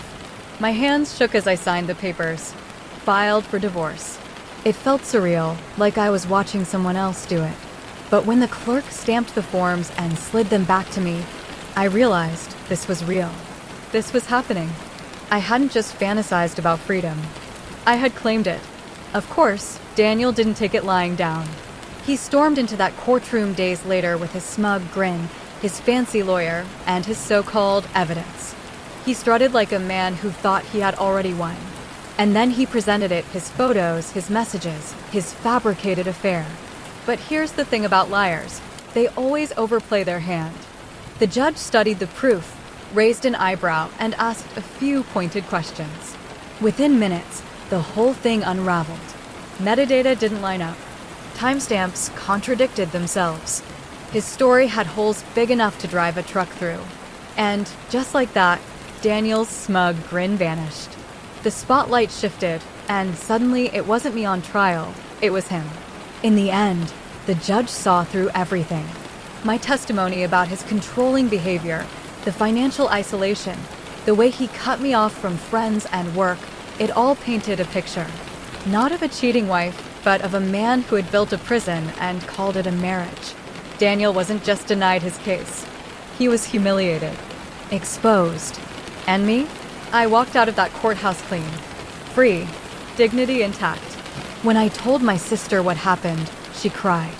She said it was like I'd tunneled through a wall of lies, Shawshank style, and emerged into the sunlight on the other side. And maybe that's exactly what it was. Because for the first time in years, I wasn't a ghost in my own life. I wasn't an inmate or a possession or a shadow. I was me. But even now, sometimes I lie awake wondering. I didn't confront him directly. I didn't give him the honesty of telling him face to face I was leaving. I played the game in secret, kept my plans hidden, and struck only when I knew I could win. Some people might call that deceitful. Some might say I should have been upfront. But if I had been, I might not have walked out alive, let alone free. So now I ask you, Reddit, ATA for secretly planning my prison break from my marriage instead of being upfront about leaving? A for destroying my best friend's perfect life? Okay, so I don't even know where to start because this story is decades in the making. And honestly, I've never told anyone the full version of it. Not my family, not my friends, not even the people who were actually there for parts of it. If you're reading this, just know that I've changed some names and small details for privacy. But the core, 100% true. And it's something that still sits heavy on my chest to this day. I, 34M, had this childhood best friend. Let's call him Evan. We grew up together in one of those small towns where everybody knows everybody. The kind of place where if you sneezed at the grocery store, your mom knew about it before you even got home. Now, if you've ever watched one of those coming-of-age movies where there's the perfect kid and then the awkward sidekick, that was us. Evan was the guy. Like, the guy. Straight A's without breaking a sweat, natural-born athlete, golden hair that always seemed to fall perfectly, the type of smile that made teachers bend the rules for him. He was the boy next door, the role model, the hometown hero. And then there was me. I was not that. I was the clumsy kid who tripped over his own shoelaces, the one who never quite got the timing right in gym class, the one teachers sighed about during parent-teacher conferences. My grades were barely passable. My social skills? Let's just say I was the kid who brought a book to lunch just so I didn't look like a total loser sitting alone. But somehow, despite all the differences, Evan kept me around. Maybe he saw me as his loyal sidekick. Maybe he just had a soft spot for underdogs. Or maybe, deep down, he liked that I never competed with him. While everyone else saw him as untouchable, I was just me. I never asked him for anything, never tried to ride his coattails, never made him feel like he had to live up to being the golden boy around me. And honestly, I admired him.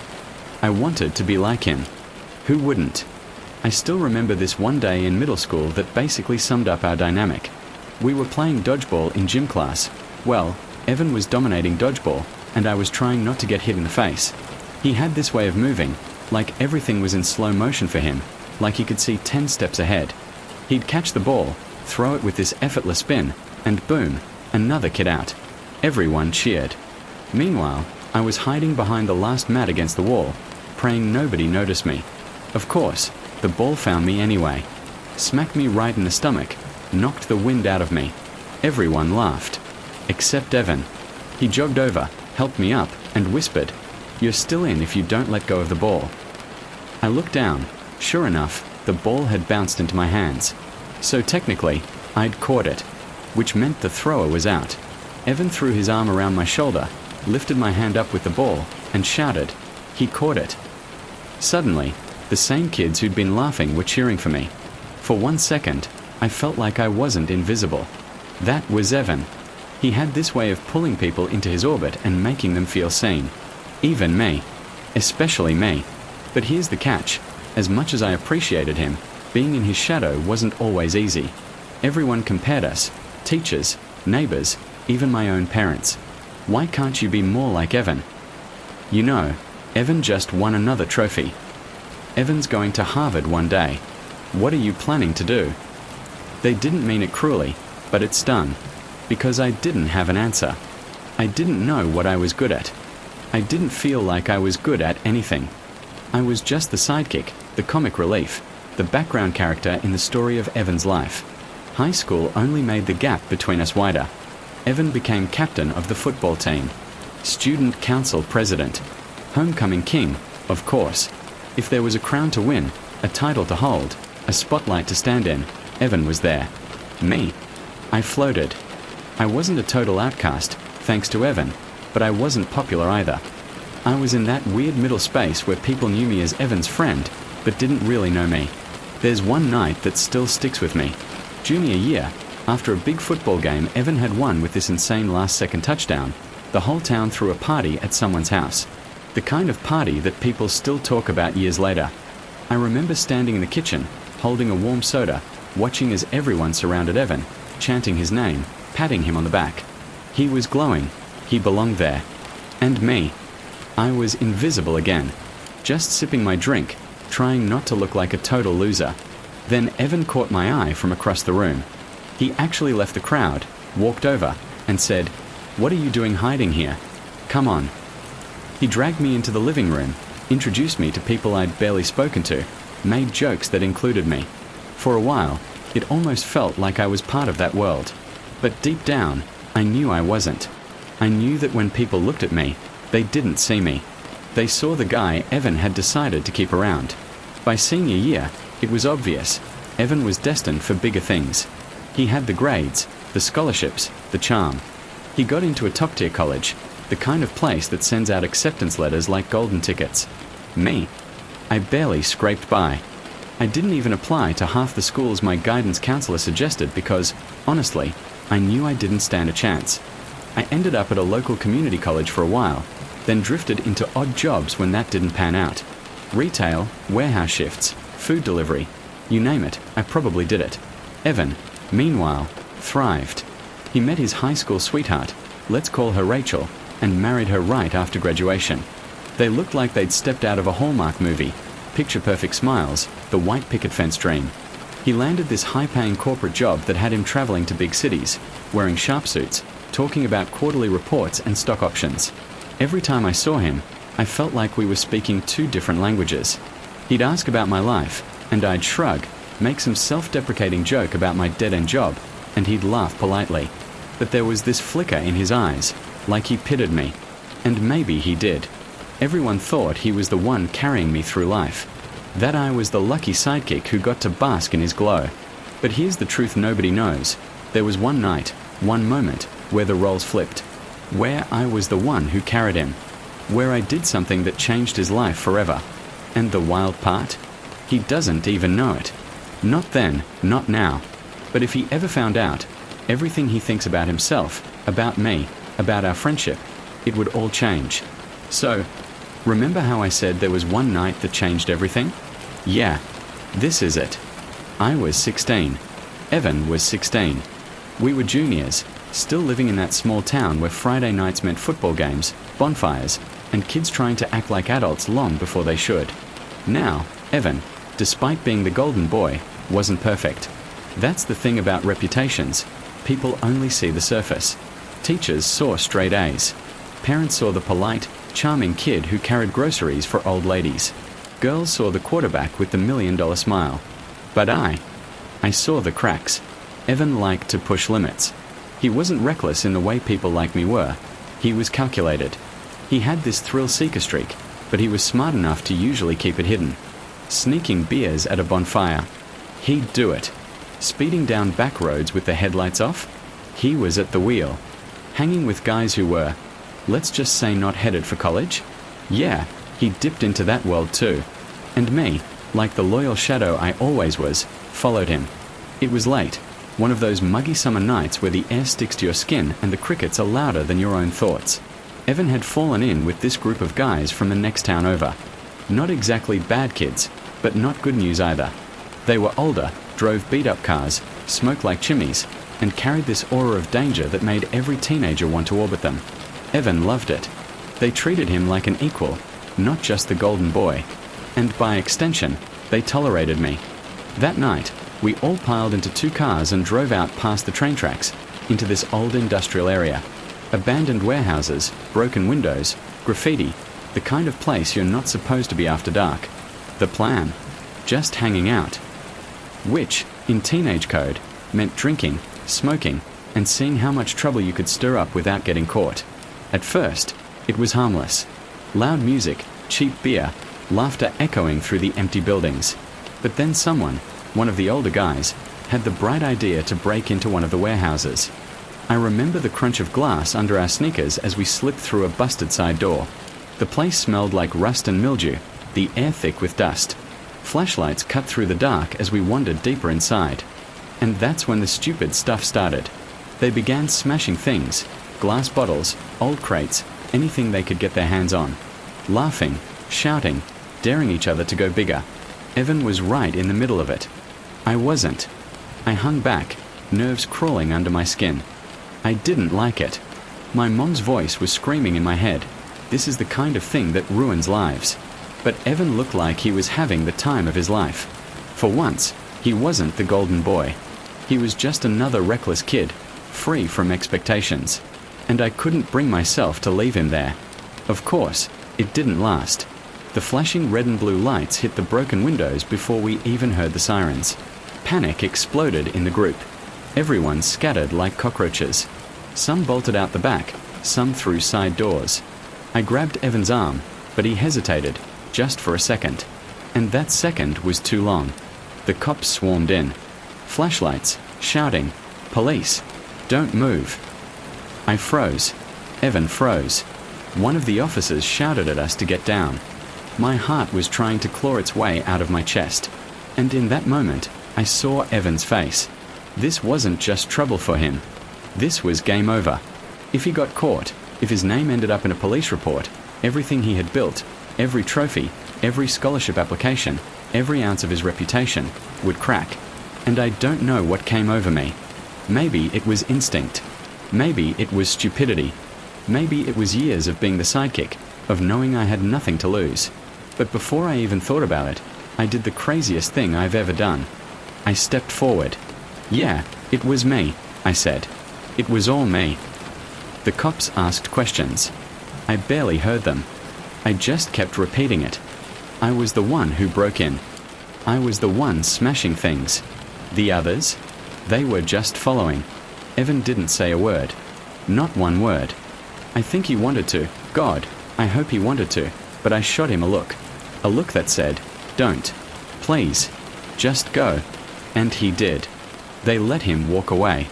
They let all of them walk away. Me? I got cuffed. Hauled into the back of a squad car. My mom had to pick me up from the station, her disappointment heavier than the humid summer air. I ended up with a juvenile record. Nothing extreme, but enough to brand me. Enough to close doors before they ever opened. Job applications, college admissions, it all got harder. Every time I tried to step forward, that record yanked me 2 steps back, and everyone just accepted it. Of course it was me. Of course I was the screw-up.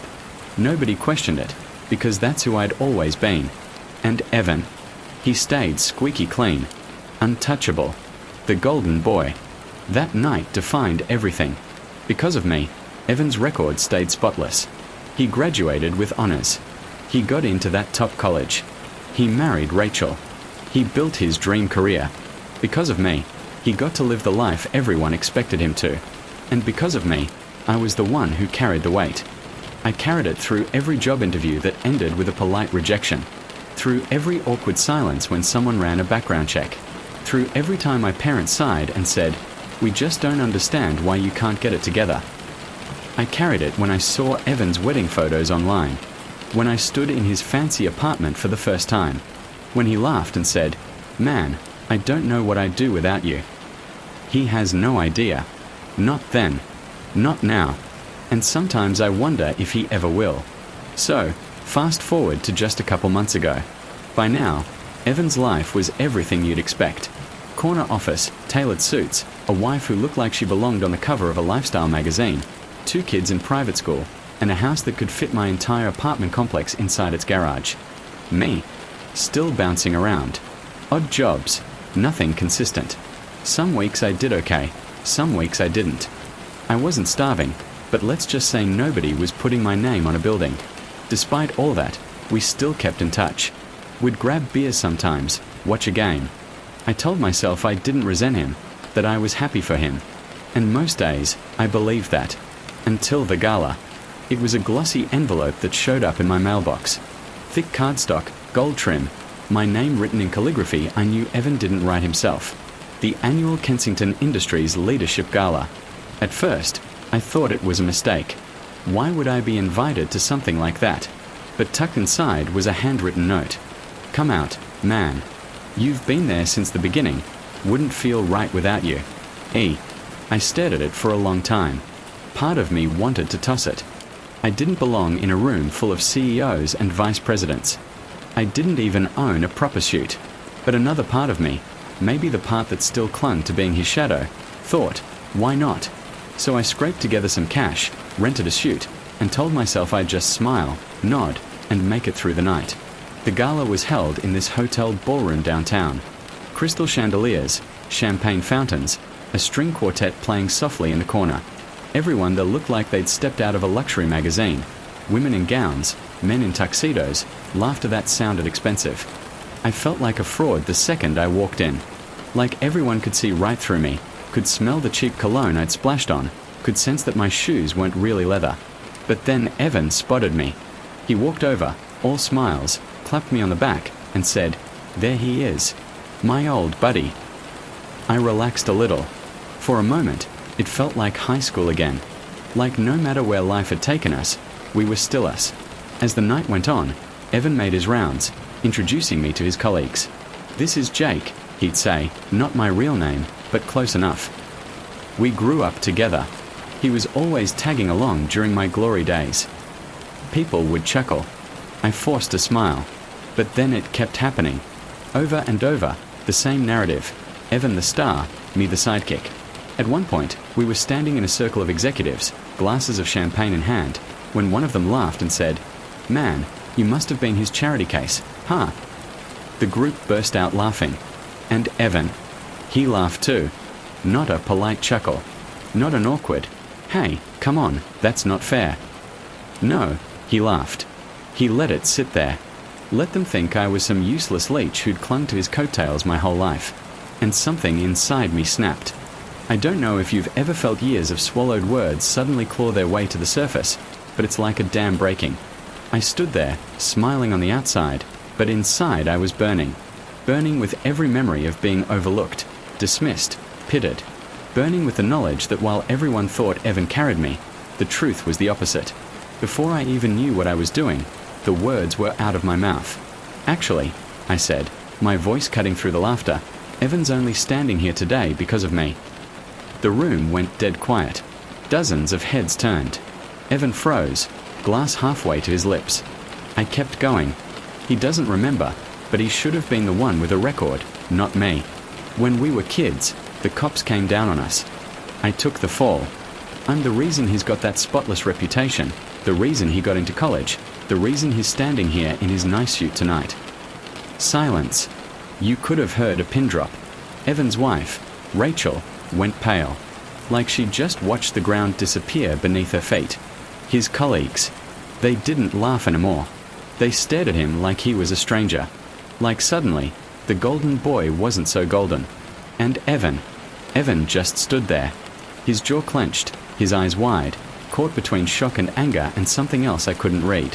Finally, he managed to stammer, "That's not," he's exaggerating. But it was too late. The seed was planted. The image was cracked. And for the first time in my life, I wasn't the one in his shadow. After the awkward speeches wrapped up and the music started again, Evan grabbed my arm so hard I thought he might dislocate my shoulder. Outside. Now.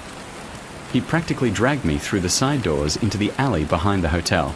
The muffled sounds of the gala faded, replaced by the hum of city traffic and the buzz of a neon sign flickering above us. The second the door clicked shut, he spun on me, eyes blazing. "What the hell was that?" he hissed. I stared at him, suddenly exhausted. The truth. The truth. His voice cracked into a laugh, sharp and bitter. "You think humiliating me in front of my colleagues, my wife, my boss, that's the truth?" I clenched my fists. "It's the truth you've been running from your entire life. You owe your spotless reputation to me. You owe your career, your marriage, your entire future to me. And you can't even admit it." His face twisted. "I never asked you to do that for me." His voice rose, echoing against the brick walls. "You chose to take the blame. Nobody forced you. And now you've destroyed everything I built." For a second, we just stood there, chest to chest, breathing hard. The golden boy and the screw-up, finally stripped bare. I said quietly, "I didn't do it because you asked me to. I did it because I thought you were worth it." He shook his head, stepped back like he couldn't stand the sight of me, and without another word, walked away. The rest of the night unraveled like a slow-motion train wreck. Rachel, his wife, cornered him inside, her face pale, demanding, "Is it true? Did he take the fall for you?" I don't know what he told her, but I know that by the time I got home, she'd blocked me on every platform. His boss didn't say anything in the moment, but I saw the shift in his expression, the respect draining away. Within days, word got out that Evan was being placed on administrative leave while the company reviewed his past. Corporate speak for, "We don't trust you anymore." And me. My phone blew up. Texts, calls, social media notifications from people I hadn't spoken to in years. Some said I was a hero. Finally, someone told the truth. You saved his ass and he never even acknowledged it. Others said I was bitter. Jealousy's an ugly look, man. You ruined his life because you couldn't handle your own failures. Half the town was on my side. Half thought I'd just proven, once again, that I was nothing but a screw-up. Evan hasn't reached out since that night. Not a call, not a text, not even an angry voicemail. Nothing. And the silence hurts more than I expected. I thought, naively, that maybe, just maybe, once the dust settled, he'd finally admit it. That he'd say, "Yeah, you're right. I owe you everything." But instead, he vanished. 34 years of friendship, gone in one night. And for the first time in my life, I don't know if I regret telling the truth, or if I regret waiting so damn long to say it. So here's the kicker. I didn't actually ruin Evan's life. Not really.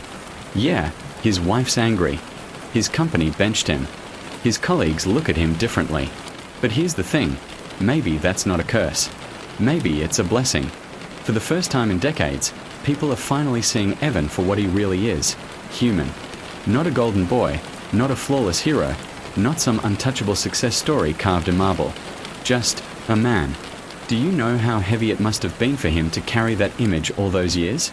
To live under the pressure of being perfect? I used to think I was the one crushed by comparison, but maybe he was crushed by expectation. Maybe my words, brutal as they were, finally set him free. And me. For the first time in my life, I don't feel like his shadow. That truth I carried since we were 16, that secret that ate me alive, that made me bitter, that made me small, it's finally off my chest. I can breathe. But now, I keep circling back to the same question. Did I do the right thing? On one hand, I gave myself closure. I reclaimed my own story. I told the truth that nobody else was ever going to tell. On the other hand, I dropped a bomb in the middle of Evan's life. I tore down the image he spent years building. I might have destroyed a marriage, a career, a reputation. And I can't lie, there's a twisted part of me that felt good watching the room go silent, watching him stumble for once. Like the balance finally shifted. So yeah, maybe I did it for me. Maybe I did it because I was tired of being invisible. Or maybe I did it because I couldn't stand another second of being laughed at while the truth rotted inside me. Either way, it's done. Evan hasn't spoken to me since. Maybe he never will. Maybe this was the death of our friendship, the final nail in the coffin. Or maybe, one day, he'll realize that I didn't ruin his life. I gave him a chance to be real. I don't know. What I do know is this. For the first time in 34 years, I feel like I'm standing on my own. Not as his sidekick. Not as his shadow. Just as me. But I'll leave it to you all. And for finally telling the truth after all these years, even if it meant tearing down my best friend's perfect life. I never thought a family trip could turn into the worst nightmare of my life. When you work a 9-to-5 job for years, scraping together every extra dollar, skipping out on luxuries, and watching friends post their vacations on social media while you sit at home, you start to dream of your own moment of escape. For me, that dream had always been simple. Take my wife and kids somewhere warm, far from the stress of bills, deadlines, and broken appliances. A place where I could sit back, sip something fruity out of a glass with a little umbrella in it, and actually breathe for once. That dream finally became reality one December. We had been saving for years, literally years. Every bonus check, every tax return, every "maybe we don't need to eat out tonight" conversation had gone into a jar. Then a savings account, then finally into booking a vacation package that felt like a once-in-a-lifetime opportunity. My wife, Sarah, deserved it more than anyone. She's the glue that holds our family together. The kind of woman who packs everyone's lunches, remembers every birthday, and still somehow keeps a smile on her face when she's exhausted. And then there were our two kids, Ethan, 9, and Lily, 6. They'd never been out of the country before. Their entire world up until that point had been school, soccer practice, and the occasional trip to grandma's. So when we landed in paradise, it felt like stepping into another life. I still remember walking out of the airport into a wall of humid air, the kind that clings to your skin like a second layer. But instead of feeling suffocating, it was alive. The palm trees swayed lazily above us, their shadows dancing across the pavement. A salty breeze drifted from the ocean, carrying hints of coconut oil and grilled seafood from nearby beachside vendors. Taxi drivers shouted in broken English, holding up signs with names scribbled across them. Our resort shuttle pulled up, a clean white van with a driver who wore a smile as wide as the horizon. "Welcome, welcome my friends," he said as he loaded our luggage. His accent was thick but friendly, and he made Ethan and Lily giggle with exaggerated bows and jokes about how they looked like movie stars. The ride itself felt like something out of a travel commercial. As we wound along the coast, turquoise waves smashed against cliffs, sending up white spray. Locals zipped by on scooters, some balancing impossible loads. Stacked crates of fruit, entire families clinging together, even a man carrying what looked like a mattress. Every turn revealed another stretch of golden sand dotted with umbrellas, or tiny fishing boats bobbing in the surf. And then we arrived. The resort rose like a dream from the shoreline. gleaming white buildings with terracotta roofs, pools that shimmered like glass, and gardens overflowing with hibiscus and bougainvillea. Staff members in crisp uniforms greeted us with cold towels and drinks served in hollowed-out coconuts. Lily's eyes widened as she whispered, "It's like a castle." Ethan, trying to act too cool for his age, muttered, "It's okay, I guess." But even he couldn't hide the grin stretching across his face. Our room overlooked the ocean. From the balcony, you could see forever, the endless expanse of blue sky melting into blue water. At night, the horizon seemed to disappear completely, and it felt like we were floating in some magical in-between place. I swear I could have stayed out there for hours, just listening to the waves crash and the faint music drifting from the pool bar below. For once, everything felt perfect. The first few days passed in a blur of sun and laughter. We built sandcastles so elaborate that strangers stopped to take pictures. Ethan and I tried paddle boarding. He fell in more times than I could count, each splash followed by hysterical giggles. Lily made friends with a little girl from Germany, and they collected seashells as if they were precious jewels. Sarah and I rediscovered what it was like to simply sit together, toes buried in warm sand, sipping cocktails while the kids played. One evening, we attended a traditional dance show at the resort. Fire torches lit the stage, and drums echoed into the night as performers spun and twirled in costumes brighter than the sunset. I remember glancing at Sarah, her face glowing in the firelight, and thinking, this is it. This is the life. The morning it all changed started like any other. The sun was already blazing by 8 a.m., scattering diamonds across the pool's surface. Ethan and Lily raced to be the first ones in, their shrieks of laughter echoing through the courtyard. Sarah and I sat at the edge, dangling our feet in the water, sipping coffee that tasted richer than anything back home. "I could stay here forever," I joked, watching Ethan dunk his sister under the water. "Don't tempt me," Sarah replied with a grin. She leaned her head on my shoulder, and for a moment, the world felt so still, so impossibly good, that I almost believed time had stopped. I can still see it all if I close my eyes. The way the lights sparkled across the pool, the smell of sunscreen in the air, the sound of seagulls crying overhead. That snapshot of peace burned itself into my memory, because moments later, everything went dark. It started as a low rumble. At first, it was almost comforting, like the distant roar of a jet engine somewhere far above, the kind of sound you might notice, then dismiss as background noise. But then the coffee cup in my hand trembled. A ripple moved across the pool, distorting the reflection of the sun. That was when I realized it wasn't just a sound. It was the earth itself.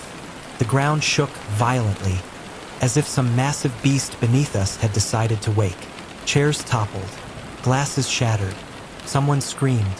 I remember turning instinctively toward the ocean, searching for the source, my heart already pounding in my throat. And then I saw it. I can still see it. Even now, years later, when I close my eyes at night, that image comes back. A wall of water.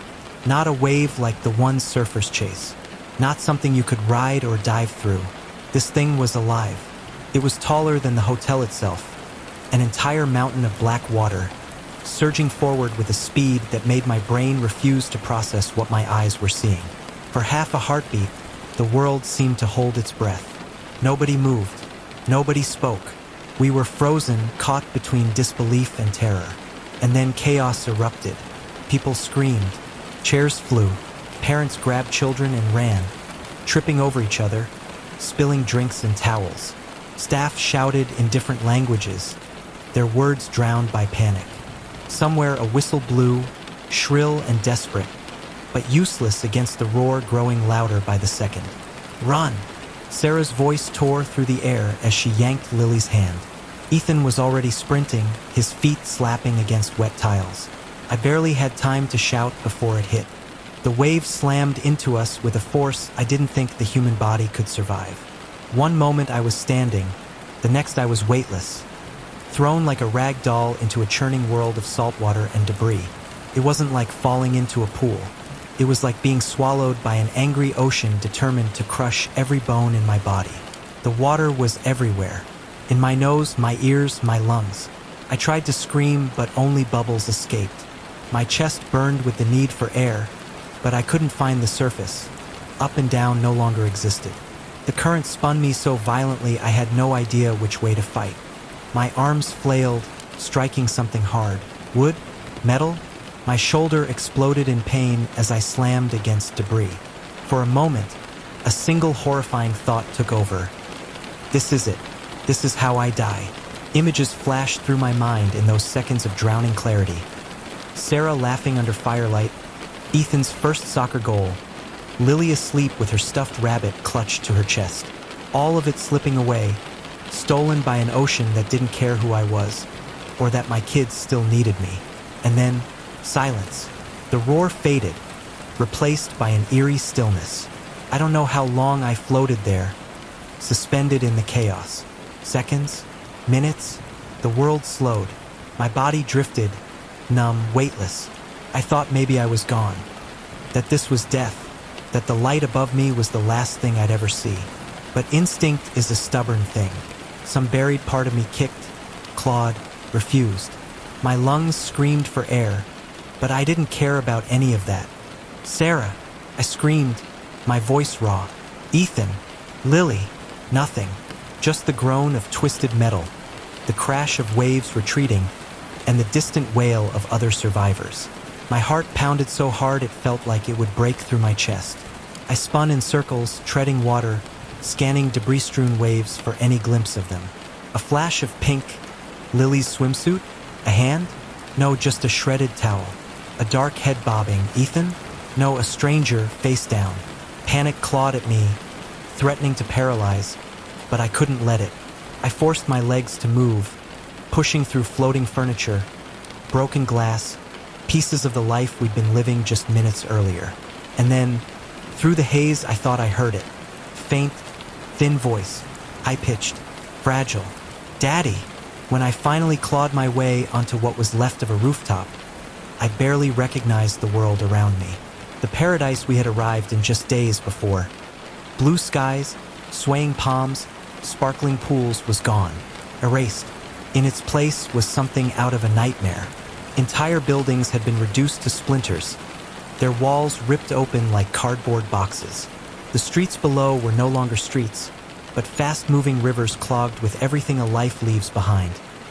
Cars appended, mattresses spinning in circles, entire dining tables floating alongside the bodies of people who had been sitting at them just hours earlier. I screamed for my family until my throat felt raw and bloody. Sarah, Ethan, Lily. My voice cracked with each name. Every time I opened my mouth, I prayed for an answer. A single familiar cry cutting through the madness. But the only response was the sound of destruction. The groan of collapsing walls, the hiss of water receding, the distant sobs of strangers searching for their own. I refused to stop. I staggered across beams slick with seawater, over fragments of shattered glass and tangled wires. Every shadow made my heart leap. Every splash made me spin, hope surging like a cruel trick. I asked anyone I stumbled across if they'd seen them, desperate, choking out descriptions like they were lifelines. My wife, Sarah, brown hair, blue dress.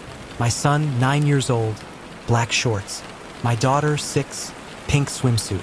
Have you seen them? Please, have you seen them? But everyone just stared. Hollow, broken. Their eyes told me what their mouths couldn't. They hadn't seen them. Or worse, they had, but not in the way I wanted. Some people were searching too, shouting names into the wreckage, clutching photographs to their chests like talismans. Others sat in shock, staring at the nothingness where their homes used to be. A man crouched beside a woman who wasn't moving, rocking back and forth as though he could will her back to life. Children cried for parents who would never come. And through it all, I kept moving. The hours blurred together. I pushed through water waist deep, climbed onto overturned buses, crawled across rooftops barely holding together. My hands bled, my legs shook, but I didn't stop, couldn't stop. By late afternoon, the sun dipped behind heavy clouds, painting the wreckage in shades of gray. I stumbled over a broken beam and landed hard. The breath knocked from me. For the first time, I let myself stay down. I sat there, trembling, my clothes stiff with salt and blood, staring at what was left of the world. I replayed the moment. The roar, the wall of water, the way Sarah's hand had been ripped from mine, Ethan's scream swallowed by the ocean, Lily's tiny voice lost in the chaos. Over and over, my brain rewound, searching for some other outcome. Some way I could have held tighter, shouted louder, swum faster. But the truth was unrelenting. I had lost them. A part of me wanted to give up right there, to sink into the wreckage and let the ocean take what was left. How could I face a life without them? How could I walk through the years ahead knowing I failed in the one thing that mattered, protecting my family? The sky darkened. Fires burned in the distance where gas lines had ruptured. Survivors lit scraps of wood, their small flames flickering weakly against the massive darkness swallowing the town. Somewhere, a child cried until the sound cracked into silence. I pulled my knees to my chest, shaking so hard my bones rattled. I had never felt so small, so powerless. The man who had joked by the pool that morning, who had thought paradise would last forever, that man was gone. And in the silence that followed, I realized something terrifying. I didn't know if I wanted to keep searching. Morning came slowly, as if even the sun was hesitant to rise on the devastation. I woke curled on a broken beam, my body stiff, my throat dry and raw from screaming names into nothing. The world around me smelled of salt, smoke, and decay. My skin was sticky with dried seawater and blood. My head throbbed with every breath, and my heart felt like a hollow stone. For a long moment, I didn't move. I thought maybe I was the only one left, that maybe the world had ended yesterday, and I was walking through the ruins of a place where time itself had stopped. And then I heard it, faint, fragile, a sound I didn't trust at first. Voices. At first I thought it was my mind playing tricks again, the same way it had whispered echoes of Sarah's laugh or Ethan's shout into my ears all night. But then it grew clearer. Human. Real. I forced myself upright, pain screaming through my ribs, and scanned the mud below. That's when I saw them.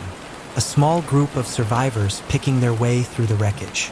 They moved slowly, carefully, their bodies bent under exhaustion.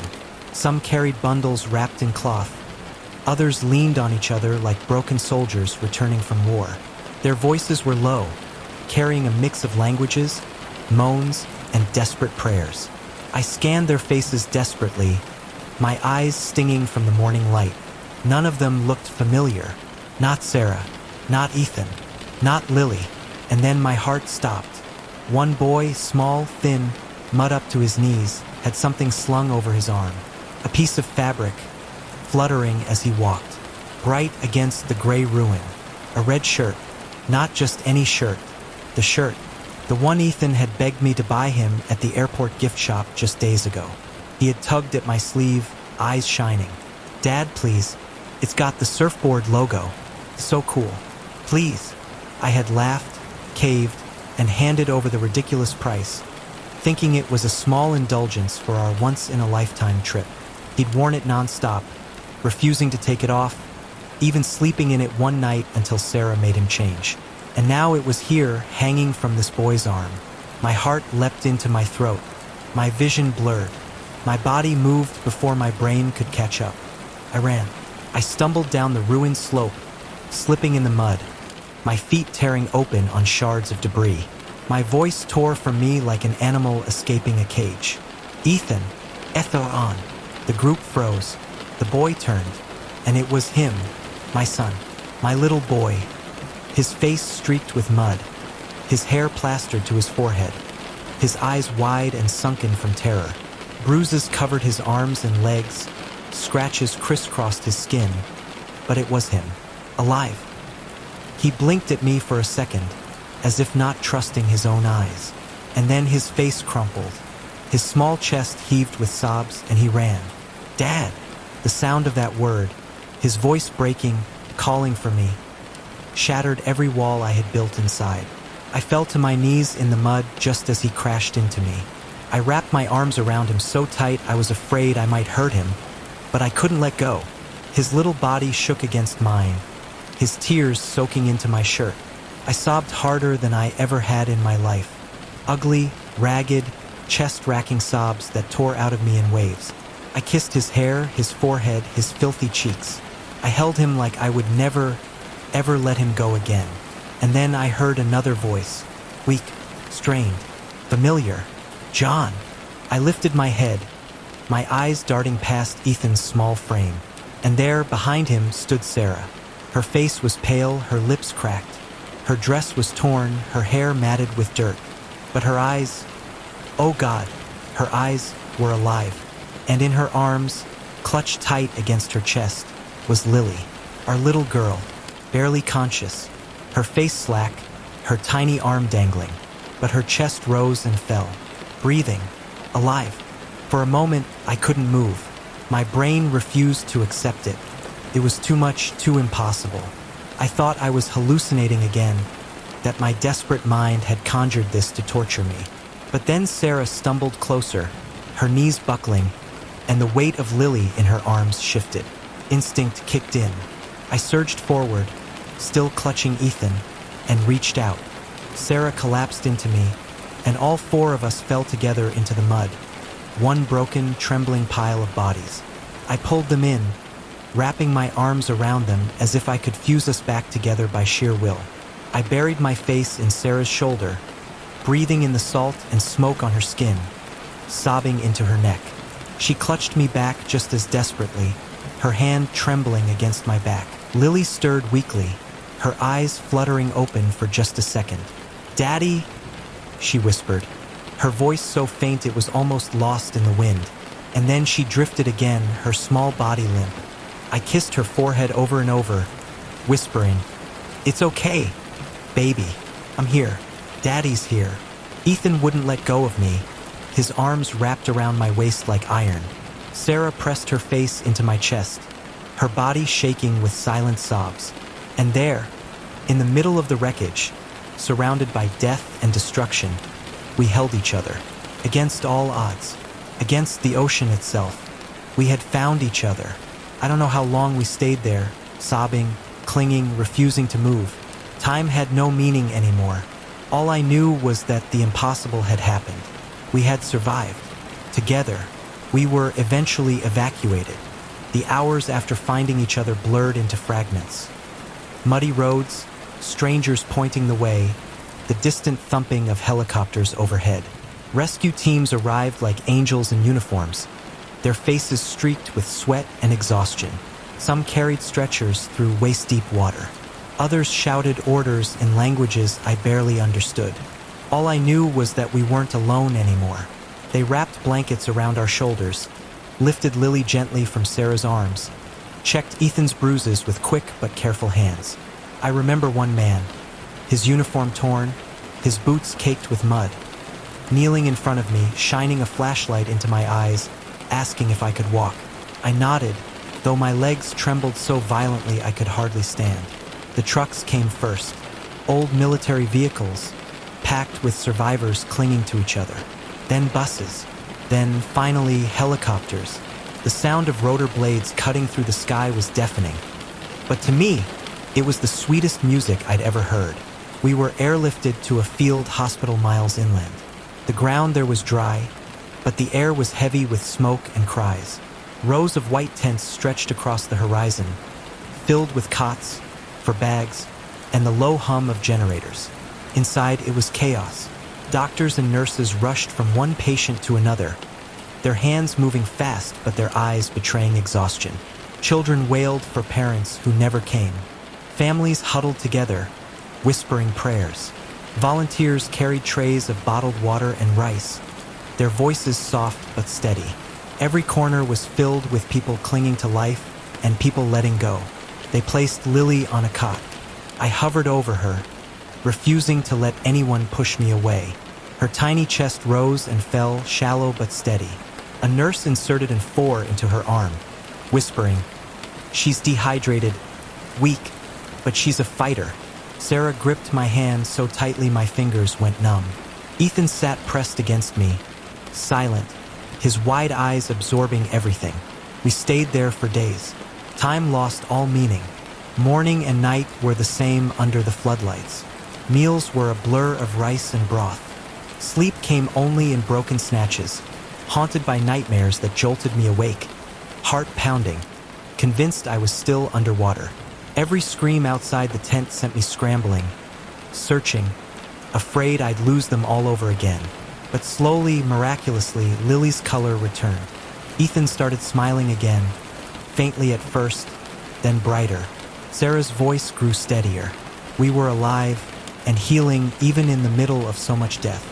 Weeks later, when flights were finally arranged to bring survivors home, we boarded a plane. The cabin was filled with silence, punctuated by occasional sobs. Some passengers clutched photographs of the ones they had lost. Others stared blankly out the windows, as if afraid of what waited back home. For us, stepping through the doors of our house felt surreal. The familiar creak of the floorboards, the scent of Sarah's vanilla candles, the sight of our couch, ordinary things transformed into miracles. We had left paradise expecting memories of sun and laughter, and returned carrying scars no one could see. The images haunted me, still do. The roar of the ocean swallowing streets, the sound of people screaming as the wave devoured everything in its path, the sight of cars stacked like toys, homes splintered like paper. At night, I dream of being underwater again, lungs burning, spinning with no sense of up or down. But there is one image sharper than all the nightmares. That flash of red, the shirt. It wasn't just fabric. It was a signal from the universe, a lifeline thrown into the rubble, the one thread that connected despair to hope. I think about it every day, the way it fluttered from Ethan's arm, catching the morning light, screaming louder than any words, "Don't give up yet." Even now, when life feels too heavy, when bills pile up, when stress threatens to drown me, when the weight of ordinary struggles feels unbearable, I remember that moment. I remember running through the mud, lungs burning, convinced it was impossible. I remember Ethan turning, his face breaking into tears as he saw me. I remember Sarah stumbling forward with Lily in her arms. And I remind myself, we've already survived the impossible. Everything else is just living. AITA for ruining my family dinner with the truth. So, I, 29M, have been dating my girlfriend, Layla, 27F, for about a year now. And let me just say this first. She is, without question, the best partner I've ever had in my life. She's funny in the kind of way where she doesn't even try. Her sarcasm is quick, clever, and always perfectly timed. She's smart, but not the kind of smart that tries to make you feel small. And she's loving in a way that feels rare these days, like she doesn't just say she loves me. She shows it in the little things, packing my favorite snacks when I forget, sending me memes in the middle of stressful workdays, making an effort to really know me. I say all this because I want you to understand how much she means to me before I get into the disaster that happened. Because what went down wasn't just an awkward dinner. It was like watching two worlds collide in slow motion, knowing you can't stop the crash. See, here's the problem, our families. My family is conservative. And I don't just mean we go to church on Sundays and vote red every few years, conservative. I mean the kind of conservative where every decision is weighed against tradition, reputation, and what the neighbors will think. My dad is a military man, stern, quiet, and extremely set in his ways. My mom is softer, but just as traditional. She believes in respect, structure, and presenting a perfect family image. Growing up, I always felt like I had to walk a tightrope with them. No swearing, no backtalk, no stepping outside the lines they drew. Layla's family? The exact opposite. They're loud, liberal, and unapologetically opinionated. Her dad is the type of guy who will drink 3 beers and start yelling about politics at Thanksgiving. Her mom is this fiery, blunt woman who doesn't sugarcoat anything. And her siblings? Imagine 3 comedians trying to one-up each other, all at the volume of a rock concert. When I first met them, I was overwhelmed, but I also saw where Layla got her spark. They're chaotic, yes, but they're also warm and passionate. So when Layla and I decided it was finally time to bring our families together for dinner, I thought, okay, it might be awkward, but how bad can it really be? Spoiler, I was so wrong. We'd been planning this dinner for weeks. Layla suggested a neutral location, her apartment. She thought it would feel less formal than a restaurant and less intimidating than either family hosting. I agreed. Plus, she's an amazing cook, and I figured good food might smooth over the differences. The days leading up to it, I felt my nerves starting to build. My parents had never even met someone like Layla before, let alone her whole family. I could already hear my dad's grumbling. Too many people talking at once? No manners? Why can't people just be polite? On the other hand, I knew Layla's family would have no problem saying exactly what they thought. If something offended them, they wouldn't hold back. Still, I kept telling myself, they're adults.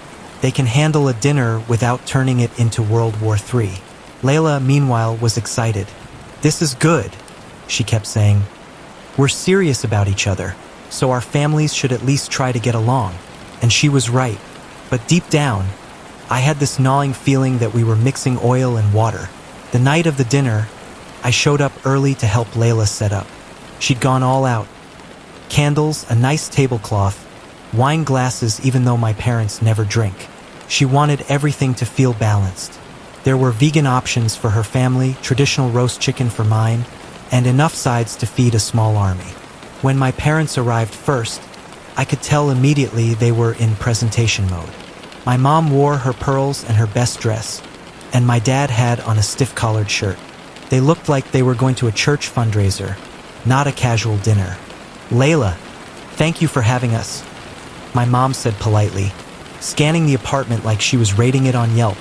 Of course, Mrs. Thompson, Layla replied with her usual charm. I'm so glad you're here. My dad just gave a curt nod. Then came Layla's family. They were a tornado from the second the door opened. Her mom barged in carrying a massive tray of lasagna, even though Layla had already cooked enough food for 10 people. Her dad followed with 2 six-packs of craft beer, announcing loudly, "Now this is a party." Her siblings came in laughing, talking over each other, immediately making jokes about the stiff way my parents were standing. I swear I saw my dad's jaw tighten within 30 seconds. At first, things were tense but manageable. Layla's family chatted animatedly, while mine mostly sat stiffly, answering questions with short, polite responses. But then her dad opened a beer, leaned back in his chair and said, "So, Mark, what do you think about the election?" The room went silent.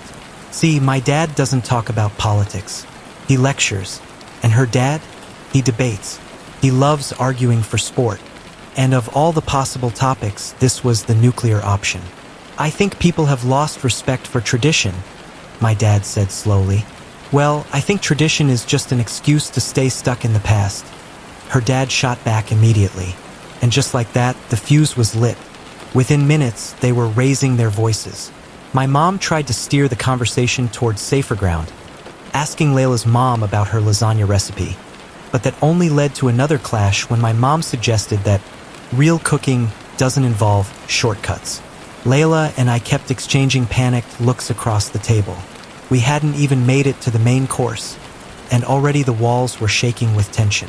Now, here's the thing. I wanted this dinner to go well so badly. Not just for me, but for Layla. She deserves to feel like the people she loves most can at least sit in a room without tearing each other apart. So I tried to mediate. I made jokes. I changed the subject.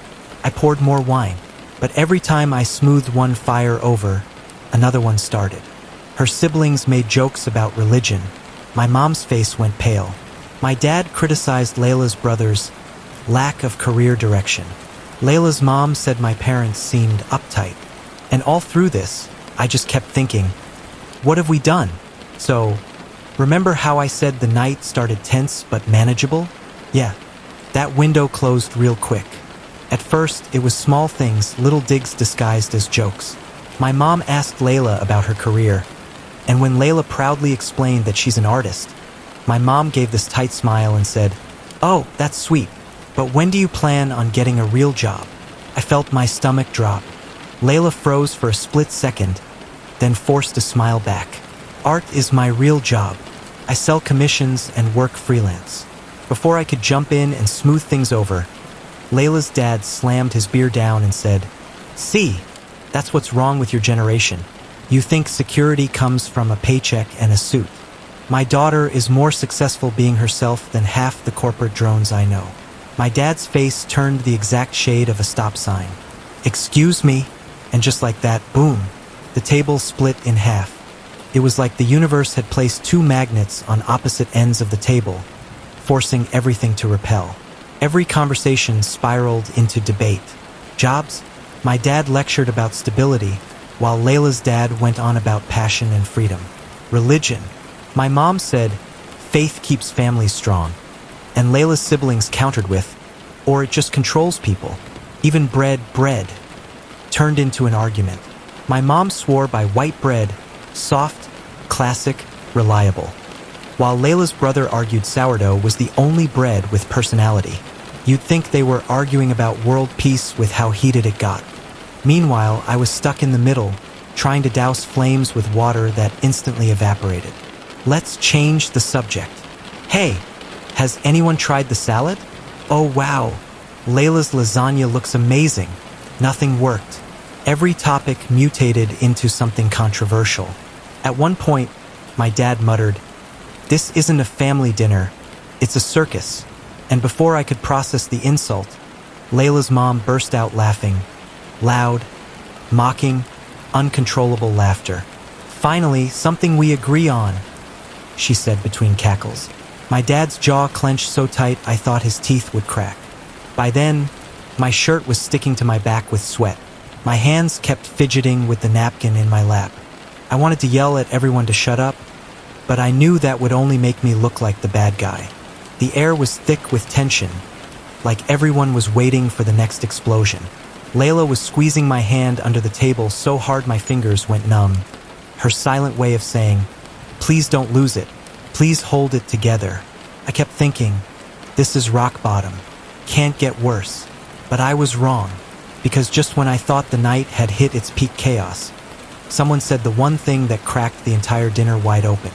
And that's where I'll leave it, because what came next? Let's just say all hell broke loose. If you thought arguing over bread was the worst of it, buckle up, because dessert took this whole night from awkward to apocalyptic. Layla had worked so hard to end the dinner on a good note. She brought out this gorgeous homemade chocolate cake, candles flickering on the table, the smell of cocoa and espresso filling the room. For a brief, shining moment, everyone actually shut up. Plates clinked, forks scraped, and I let myself think, maybe we'll survive this after all. And then Layla's brother opened his mouth. "So," he said, smirking as he shoveled another bite of cake into his mouth, "when are you two getting married?" Silence. Not just polite pause silence, dead silence. The kind of silence where you can hear your own pulse in your ears. My fork froze halfway to my mouth. Layla's eyes widened. Her brother, completely oblivious, just kept eating like he hadn't lobbed a grenade onto the table. Then my mom spoke, slowly, carefully, like she was walking across thin ice. "Well," she said, setting her fork down, "if marriage is on the table, I hope you'll be considering family values. It's important that a wife supports her husband, keeps the household in order, and..." "Excuse me," Layla's dad cut in, eyebrows shooting up. "Are you saying my daughter should play house while your son calls all the shots?" My mom stiffened. "I'm saying marriage is a partnership. But traditionally, Layla's mom snapped, means what you want it to mean. Don't pretend like you're not being judgmental." And just like that, every single person at that table jumped into the chaos. Her siblings shouted over my parents. My dad barked about respect. Her dad ranted about freedom. Even the topic of cake got dragged into it somehow. Layla's brother said it was too dry, and my mom took it as a personal insult. Voices overlapped. Chairs scraped. Forks clattered. It was like a verbal war zone, and no matter how loud I tried to talk, nobody heard me. I could feel my heart pounding in my chest, my skin burning hot. All night I had swallowed it down. Every jab, every insult, every fake smile. I had tried so hard to be the middleman, the peacekeeper, the one who kept this fragile dinner from imploding. But I couldn't anymore. Can everyone just shut up? The words ripped out of me before I could stop them. slamming into the room louder than the shouting. My hand smacked the table so hard the wine glasses rattled. And then silence again. Real silence. Every pair of eyes turned to me. My dad looked stunned. My mom's mouth was open like she'd forgotten how to speak. Layla's family froze mid-breath. And Layla herself. She was staring at me wide-eyed, like she was seeing me for the first time. I had never raised my voice like that before. Not to my parents. Not to anyone. And in that silence, when the weight of 1,000 unspoken things pressed down, I realized I couldn't keep swallowing the truth. So I let it out. You all keep talking about values, traditions, freedom, respect, but you don't actually care about us. You don't care about me and Layla. This dinner was supposed to be about our relationship, about showing that we're serious, that we can build a life together. But all you've done is tear each other down. My voice cracked, but I didn't stop. I'm sick of it. I'm sick of pretending I can keep both sides happy. You want to know when we're getting married? Here's the truth. Layla and I already talked about it. We want to spend our lives together. But we've been afraid to tell you because of exactly this. Because we knew you'd turn it into a war about whose way is the right way. Gasps, stares, silence thick enough to choke on. And then Layla reached for my hand. She didn't say anything, but the look on her face said everything. For the first time that night, I felt like I wasn't standing alone. When I said the words, "None of this even matters." Layla and I already got married. Last month. In Vegas. No parents. No drama. Just us. I watched the room disintegrate through 5 distinct stages, and I can still see each one like a slow-motion replay.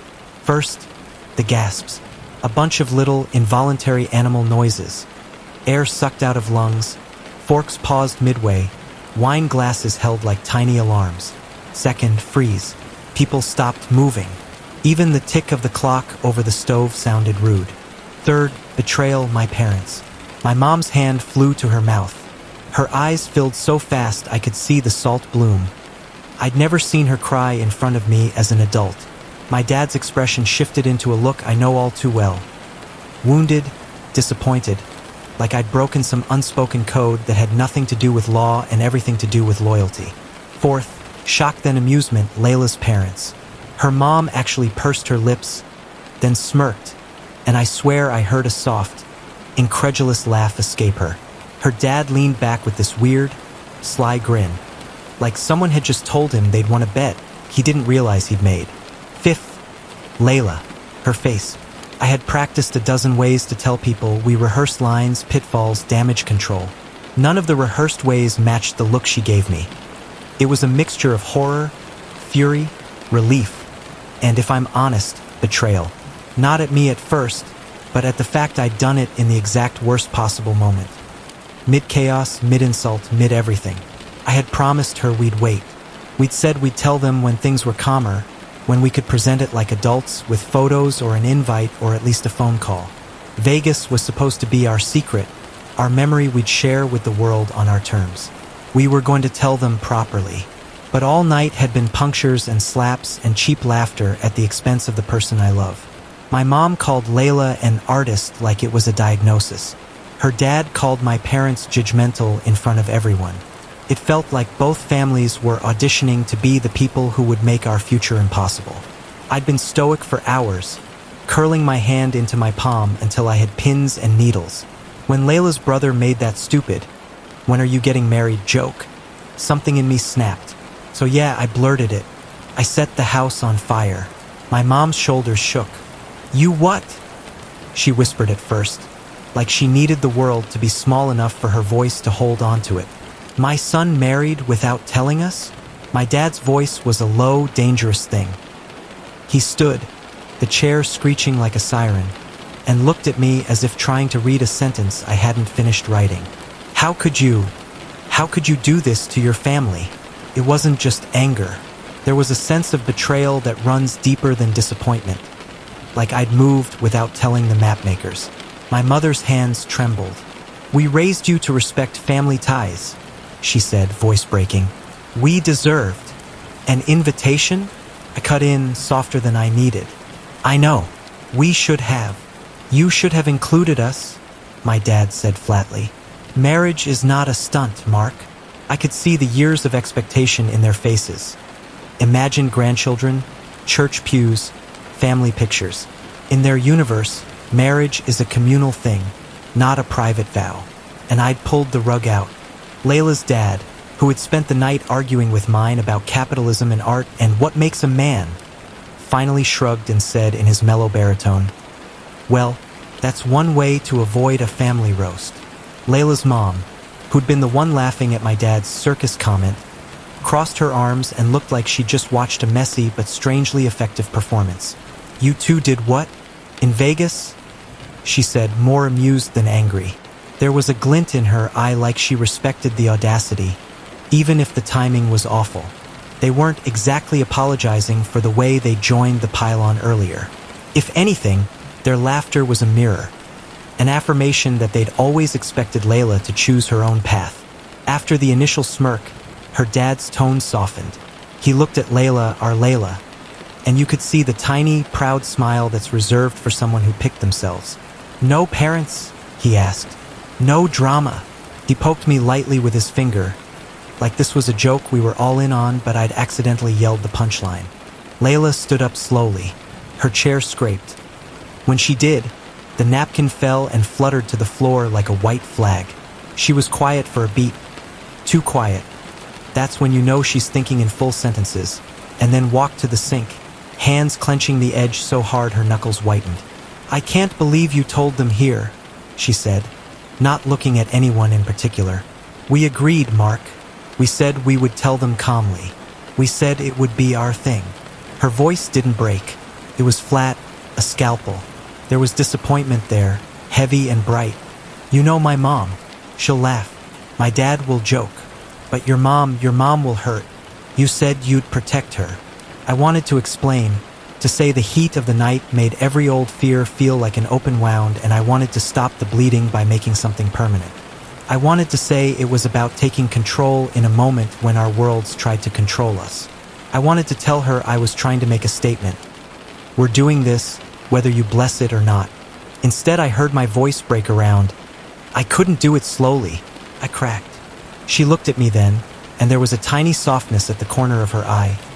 A memory of the two of us in a motel chapel, with a stranger playing guitar on a cassette, laughing as we both said, "I do," like we were pulling a prank on the universe.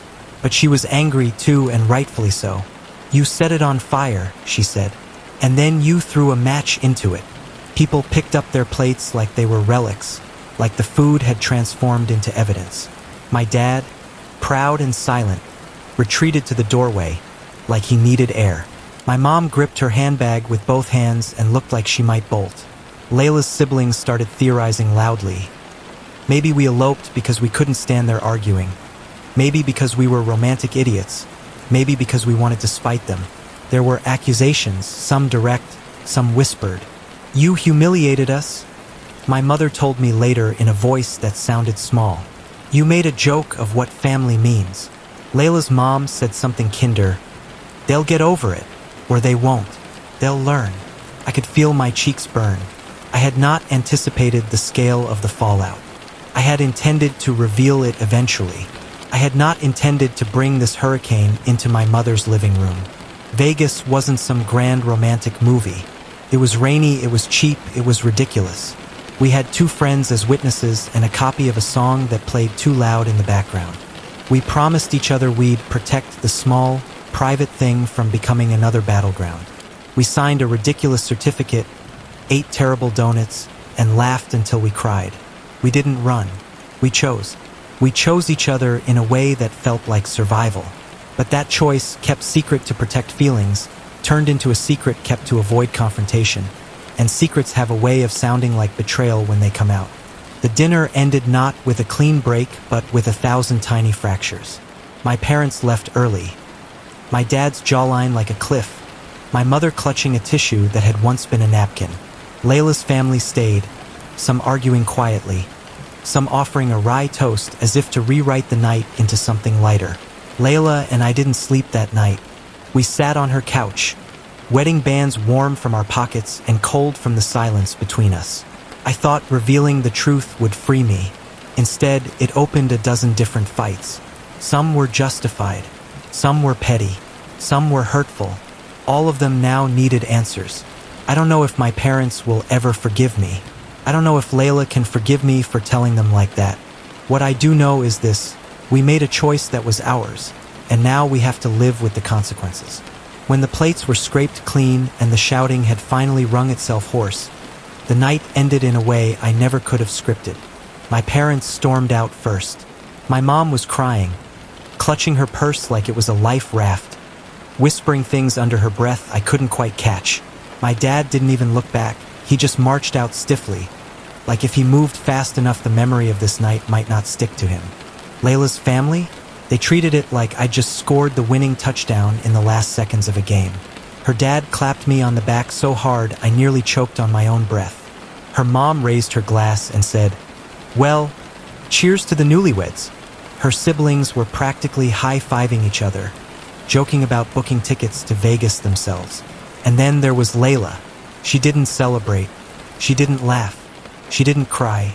She just grabbed my arm, muttered, "Outside, now," and dragged me out onto the balcony like I was a kid about to get grounded. Out there, the city lights glittered like nothing had happened, but I could feel the heat radiating off her. She crossed her arms and looked at me the way you'd look at someone who just set fire to your car by accident. "You robbed me," she said flatly. "You robbed me of the chance to tell them my way. You robbed me of the moment where this could have been happy." Her voice wasn't raised, but it cut sharper than any yelling could. I started, but she cut me off. "Do you think I don't know your parents would have hated it? Do you think I don't know mine would have laughed? But we planned, Mark. We promised. You broke it because you couldn't handle one more argument." And she was right. That's exactly what I did. The next day, I tried calling my mom, straight to voicemail. When I texted her, she replied with a single line: "You've broken my heart." My dad? Radio silence. I called 3 times. Nothing. Not even a "we'll talk later." Just nothing. That hurt worse than the yelling. Yelling I could handle. Silence? Silence meant he didn't even want to try. Now here I am. I have a wife I love with everything in me. A wife who's furious with me for blowing up the one chance we had at delivering good news properly. Parents who feel betrayed, cut out, humiliated. In-laws who treat me like a rebellious hero but don't understand that all I feel right now is wrecked. I thought telling the truth would free me. Instead, it just fractured everything. My wife and I are strong, but this left a crack I can feel when she looks at me. My parents raised me, but now they look at me like I'm a stranger. And it all comes back to one moment, one choice, one sentence that ripped through the room and left us standing in the rubble. So Reddit, AITA for dropping the marriage bomb and ruining the dinner? ATA for taking down the queen bee only to become worse than her? When I transferred to my new school last year, I honestly thought my life was going to be one long stretch of invisibility. You know that feeling when you walk into a crowded cafeteria, tray in hand, and no one even lifts their head? That was me. Every day. I didn't know anyone, and no one wanted to know me. I sat at the corner table, chewing my sandwich like it was made of cardboard, pretending to scroll on my phone just so I wouldn't look so pathetically lonely. At first, I told myself it didn't matter. It was just school, right? Get through the hours, get the grades, get out. But loneliness has this way of creeping into your bones until it becomes heavier than the backpack you carry. I'd watch groups of friends laughing, tossing fries at each other, sharing inside jokes I'd never understand, and something in me ached. Not just for company, for belonging. The only people who ever acknowledged me were the teachers. Mr. Ramirez would nod when I turned in my English essays early. Mrs. Jacobs would compliment my neat handwriting on biology lab reports. But from the students? Nothing. I was a ghost that haunted the hallways, except no one was scared, because to them, I wasn't even there. That is, until they noticed me. The Diamonds. Even now, the name sounds both glamorous and terrifying. Everyone at Northview High knew them. Everyone. They weren't just popular girls, they were a phenomenon. 3 of them, always together, always shining like their nickname suggested. People either worshipped them like they were royalty or avoided them like they were cursed. There was Brianna, the leader. Tall, platinum blonde, perfect posture, perfect teeth, perfect skin.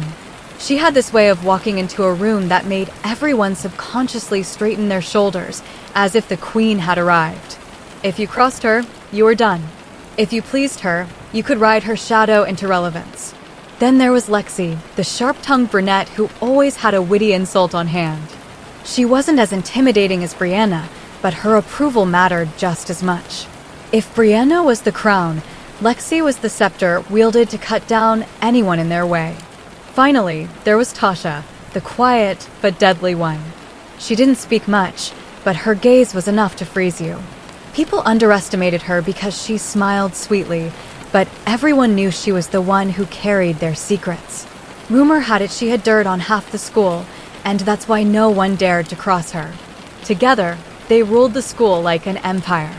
People called them the Diamonds because they sparkled under attention, because they were flawless, because they were untouchable. At least, that's how it seemed. And then, out of nowhere, they noticed me.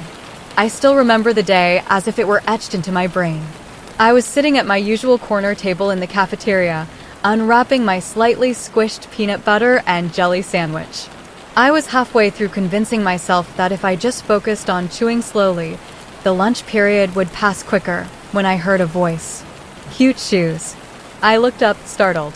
Standing in front of me was Brianna herself, all glowing hair and expensive perfume. For a moment, I thought I'd hallucinated her, like some mirage conjured by my desperate imagination. She was staring directly at my scuffed thrift store sneakers. The ones I'd found for $3.99 in the clearance bin, thinking they were quirky enough to pass as intentional. Thanks, I stammered. And then she did something no one expected. She smiled. "Want to sit with us?" she asked, her manicured finger pointing toward the glittering table where Lexi and Tasha sat, surrounded by a crowd of admirers. I froze. Was this some kind of joke? The Diamonds never invited strays to their table. If they noticed someone at all, it was usually to ridicule them. My brain screamed, "Say no, it's a trap." But my heart, my lonely, desperate heart, wanted to believe it was real. "Sure," I said, my voice barely above a whisper. That was the moment everything changed. As I followed Brianna to their table, I could feel dozens of eyes piercing into me. Whispers floated through the cafeteria like smoke. Who was I? Why me? Why was she the invisible nobody being escorted into the kingdom of the Diamonds? And just like that, it was settled. My existence had been validated by the queen herself. Over the next week, I found myself pulled deeper into their orbit. Brianna complimented me on my vintage jackets, Lexi begrudgingly included me in conversations, and Tasha would sometimes lean close to whisper things about other students that made me feel like I'd been handed classified intel. For the first time since transferring, I wasn't invisible. People looked at me in the hallways. They whispered my name, asked me questions, and even invited me to things. It was intoxicating. But there was a catch. Being part of their circle came at a price. At first, it was small. Lexi would jokingly tell me to ditch my old backpack because it looked tragic. Tasha would casually mention that if I wanted to fit in, I might want to consider wearing makeup. Brianna would suggest I copy her homework, as if it was no big deal. And because I was so desperate to belong, I complied. I bought a new backpack. I let Tasha smear mascara on my lashes in the girls' bathroom, and I copied Brianna's math answers even though I felt guilty. It was easy to justify at first. These were little sacrifices, right? Nothing serious. Just the cost of admission to their world. But then the requests got bigger. Much bigger. And that's when I started to realize that maybe I hadn't been invited in out of kindness. Maybe I was being recruited. Or worse, tested. When they handed me their rules, some of them said it was a joke, written in a group chat thread I wasn't even supposed to see. I stared at the bulleted list like it was a contract. It was simple. It was brutal. It was the kind of unspoken monarchy that makes the whole school tilt a little to their favor. Never gain more followers than Brianna. Never talk to a boy she claimed. Never disagree in public. If you broke a rule, they turned on you instantly. You think you've seen cruelty in high school? You haven't seen anything until you've watched 3 people coordinate the social death of someone they decided to erase. I saw it with my own eyes, Watched a girl I'd never met become nothing more than a cautionary tale. Her name was Amber. She had been on the fringe of 1,000 groups, one of those kids who floated from table to table, smiling at everyone, trying to be liked by all and truly belonging to none. One week she laughed at a joke Lexi made. The next, she wore a dress to school Brianna didn't like. The week after that, a rumor that Amber had hooked up with a teacher started leaking through hollow-lipped girls and anonymous accounts. Screenshots of Amber, cropped and captioned and doctored, started circulating. Kids who used to wave at her in the halls crossed to the other side of the corridor as if she'd become contagious. By Monday, she had become a ghost. Nobody answered her texts. Her locker notes stopped. Someone spray-painted liar on her hallway locker in messy slanted letters. She transferred schools 2 months later. Watching that happen changed something in me. I should have run the other way when Brianna offered me a seat at their table. I should have refused. But I had been hungry, starved for someone to notice me, and that hunger made me stupidly brave at first. I thought I could handle it. I could ride the high while being careful, like a spy in a crown's court. So I played along. I learned how to laugh at the mean jokes without letting my smile sway into shock. I learned how to take a selfie that matched their aesthetic, matching lips, matching eyes, matching the same little slant of vulnerability that Brianna cultivated in group photos. I bought the shoes they liked, the jacket they liked. I let Tasha contour my face in the bathroom with the hand lights on, feeling both ridiculous and oddly intimate when she said, "Just a little more here."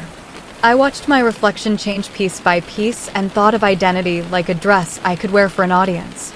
That's the thing about belonging to a pack. Your edges get sanded down until you're smooth enough not to snag on anyone's expectations. But I was careful in other ways. I had this guilty, secret habit. I screenshot everything. The group chats where Lexi's jokes were more like barbed wire. The private messages Brianna sent to other girls where she'd say, "Don't trust her, she's clingy." The posts they made and then deleted. Fractal patterns of cruelty disguised as humor. At first it felt paranoid. Why collect evidence of catty comments and mean-spirited secrets? Because a small part of me, even as I laughed and copied and learned all their lines, suspected that this golden triangle was fragile. Because power built on fear is brittle. Because I could smell the rot beneath the glitter. And because, selfishly, I wanted something to anchor me if the pedestal cracked and I fell. If I was going to be honest with myself, I wanted insurance. That insurance would become everything. The day everything unraveled began like most school days, mundane, predictable, the same routine of lockers, bell, hallway chatter. But there was an edge in the air, like two people who both know a terrible secret and are about to see whose tamped-down anxiety will explode first. Brianna had a smile plastered on her face as always, but it looked different that morning, wider, practice-perfect, like someone who'd rehearsed her mask. She waved me over to the bench outside the gym where they'd decided to eat lunch. Lexi had on sunglasses inside, always a move to signal drama, and Tasha was scrolling through her phone with the kind of slow attention that makes you think she's reading an obituary, deliberate and calm.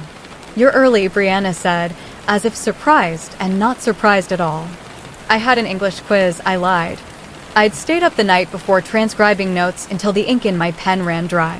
It sounded pathetic, so I didn't expand. They didn't care. "Good," Brianna said. "We need you." Her tone had that velvet edge I'd started recognizing, the kind of softness that precedes a demand. I felt my stomach drop. I sat, palms sweaty, phone in hand. My screenshots were tucked on my phone in a folder I labeled insurance, because I'm great with subtlety, apparently. So Lexi started, "We're doing something big tonight." They always used we like it was a weather report, inevitable, sweeping, cold. Tasha didn't look up. Brianna's eyes flicked to mine, and they were sharper than usual. "You in?" she asked. It took me 2 seconds to think of the answer that would keep my place at the table and another second to hear the voice in my head that had started collecting evidence months ago. "Yes," I said. The plan was ridiculous and petty and designed, from the way Brianna explained it, as a surgical social wound. There was a senior, a boy named Dylan, good-looking, good at sports, soft jaw, Instagram habits, that Brianna had her eye on. Not because she liked him, because he was useful. Someone to claim. someone to orbit them and reflect their glow, a prize, a person to signal their reach. Dylan had a reputation kind, a little aloof, the kind of guy who smiled and didn't think about the aftertaste of his words. Brianna pointed him out sometimes with that look that meant mine, and people folded around that look like paper. Tonight, they said, they were going to make a show. Lexi raised an eyebrow, waiting for me to ask what the show entailed. I didn't. I already knew, because you learn the vocabulary when you're inside. Making a show meant a curated fight, an orchestrated scandal, the kind of thing that burned a person's social capital to ash and scattered it to the winds. The mechanics were base-level genius if base-level cruelty had a department of engineering, a staged flirtation at a party, a photographer, Brianna's cousin who owed her favors, to get a candid that looked compromising, a whispered rumor, a screenshot that looked like a confession. They wanted to manufacture a bad decision and hand it to the school on a silver platter. It wasn't about Dylan. It was about power and the way excitement rippled through thrones when someone fell down. I need you to be the catalyst, Brianna said softly. You're perfect for it. Perfect. The word landed like a coin in a fountain, shimmering with both warmth and weight. Catalyst sounded clinical. It sounded like I would be the match that set a forest aflame. You'll talk to him, Brianna explained. Make him notice you. Laugh at his jokes. Make it look like you two are into each other. Don't go too far, just enough. Then, when the photo comes out, we use it. We act hurt and disgusted. We perform being the wounded saints. He'll lose credibility, people will gossip, and we'll be the ones who looked betrayed. They told me it was theater. They told me it was harmless. They told me Dylan was a passing thing, a pawn. They painted it like a scene from an old movie, and in those long, slow descriptions, my morals dissolved into something pliable. I thought about Amber. I thought about the way a rumor could take a life, and how quick people are to forget the face of the person they destroyed once the story has shifted. I thought about my screenshots in that insurance folder and about the 1,000 small cruelty-laced moments I'd watched and not spoken about. The logic in my head was skeletal. If I was the one who helped them, maybe I would never be the one they burned. Maybe I would be safe. So I agreed. We rehearsed. It was humiliating and exhilarating in a way I can barely explain. I practiced laughing at jokes I didn't find funny. I practiced touching Dylan's arm in front of people, in public, like a casual thing. I memorized the safe lines Brianna whispered in my ear. Look surprised but flattered. Look like you had no idea. Be the wounded friend in the end. In the middle of the rehearsals, Lexi leaned toward me and said, almost conversationally, remember, never gain more followers than Brianna. I swallowed. The rule had this weight now, like an instruction manual for a machine that grinds people up into usefulness. We were cogs. I was a cog who smiled and held my breath. The party was at the house of a junior whose parents were rarely home, and whose Instagram was a shrine to fake happiness. It was the kind of place where strangers became immediate friends, and where the lights were low enough to distort the truth. I arrived wearing the outfit Brianna had chosen, an easy balance of careless and curated, and my stomach was a rock. The music was a bass-throbbing pulse, people moving in small clusters like fish. There was beer in plastic cups, cigarettes in ashtrays, people doing the ritual of consumption that's supposed to make you feel older than you are. Dylan was there, laughing with a group of guys. Brianna's cousin, the photographer, shook his head and said nothing. That was the only nod I needed. Brianna had messaged me earlier with the Q word, moonlight. It was childish and sinister. I found Dylan near the back porch, away from the press of bodies, where the night smelled like spilled cologne and damp grass. My nerves trembled, but steadied as I walked toward him, practicing the smile Brianna had shown me in the mirror twice that week. I focused on him the way a runner focuses on the finish line, sharp, narrowed, glassy. We talked for a long time, about classes, about stupid memes, about sports. It was easy to be charming when I pretended to be someone else. It was easy because being someone else let me put on a smile without feeling like it would crack. At a certain point, Brianna's cousin slipped outside and angles crept invisible.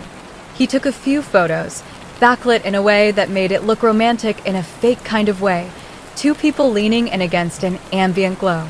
He left without making a sound. The photo would be enough, he'd said. The aftermath would do the rest. Later, as I was leaving the party alone, breathing the clean air like it owed me something, I felt the message come through. "It's live," Brianna wrote. One emoji and nothing else. Then the world changed. The photo leaked.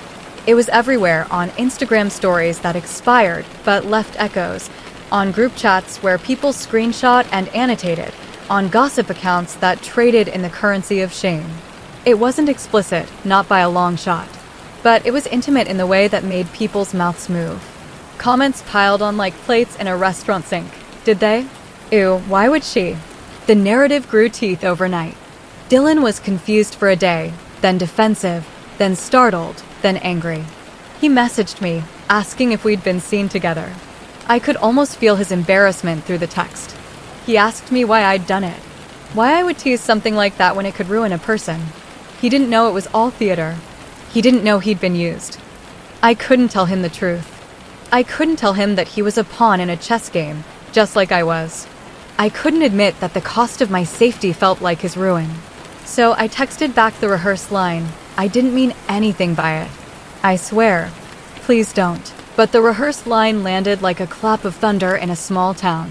People love a scandal. They rebuild it into something bigger than it is. Within 24 hours, the story had metastasized. Someone, an anonymous account, a cruel algorithm, added a caption implying that Dylan had been pursuing me aggressively, that I had rejected him and then led him on for my social gain. The tone shifted to moral outrage. The Diamonds, who had appeared hurt and shocked, were now the victims.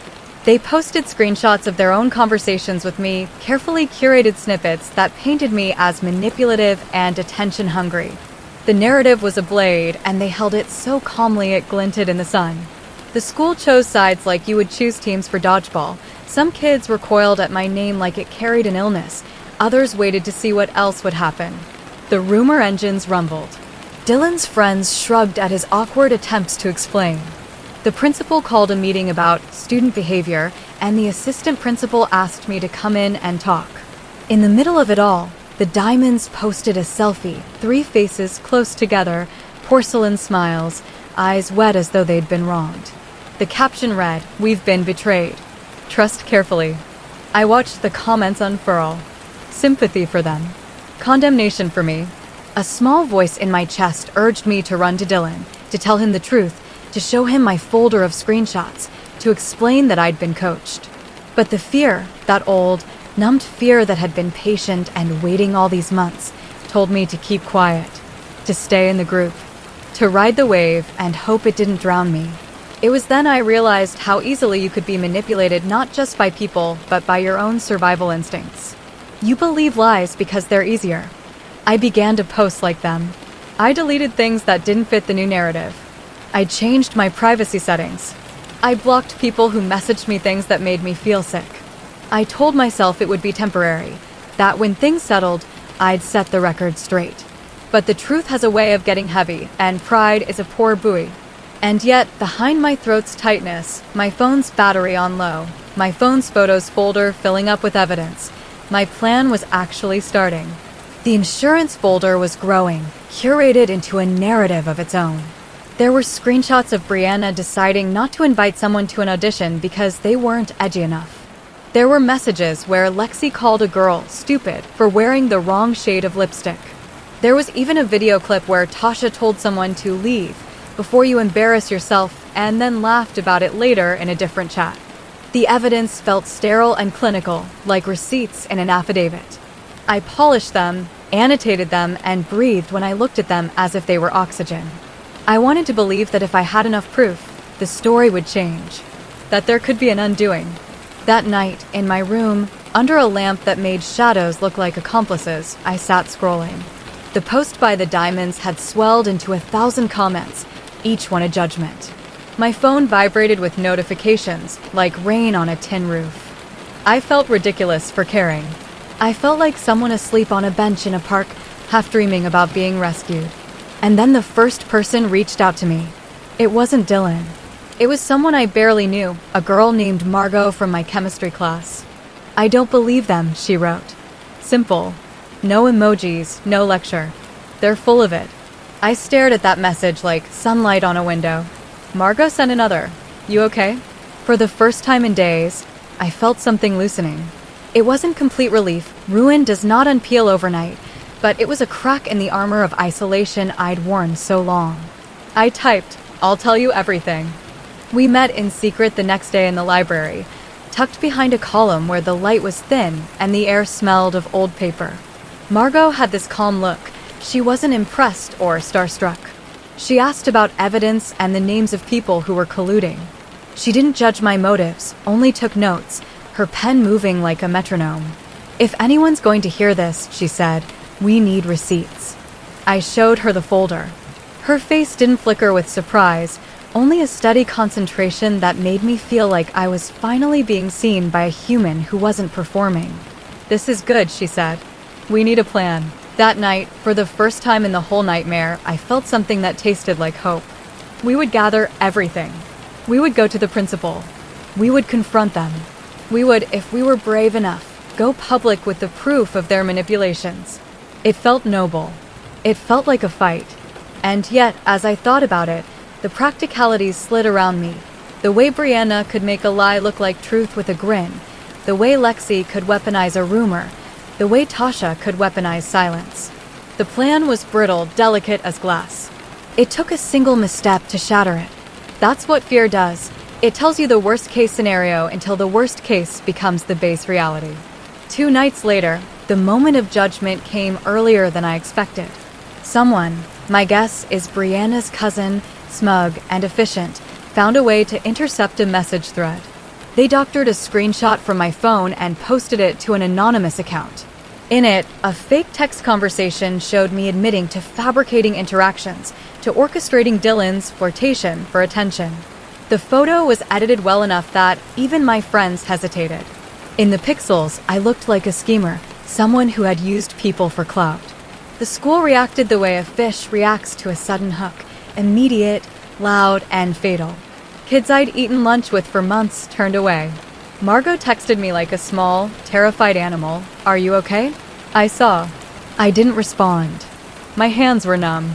I crawled into bed and pulled the blanket over my head, and for a while, there was only the muffled hum of my neighbors and the batteries of my phone draining to zero. The diamonds posted again, their caption surgical. It's sad when people lie. I felt like I had been cut into pieces and reassembled badly. The insurance folder, with all its meticulous notes, still existed. But the doctored screenshot had been persuasive because it resembled truth. You can fabricate a crime scene with a few convincing props and the right angle. You can manufacture guilt with the kind of care that predatory people take when they mean to destroy. I wanted to scream. I wanted to run to the principal with my evidence, to lay it out like a legal case.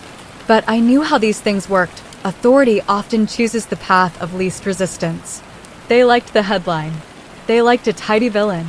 They did not like a messy narrative where the powerful were accused of manipulation.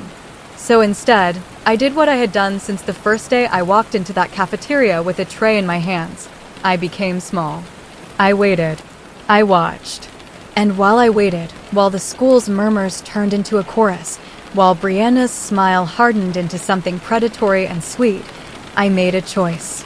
I could keep pretending I was part of them, let them crush me until there was nothing left, or I could use the very thing I had accumulated, screenshots, timestamps, group chats, receipts, and push back. Not just to clear my name, but to stop them. It was terrifying. It was also, strangely, the most awake I'd felt in months. The fight would not be clean. It wouldn't be pretty. But the edges of me had been ground so smooth. When I went public, I didn't do it with a post or a rant. I didn't scream into the void.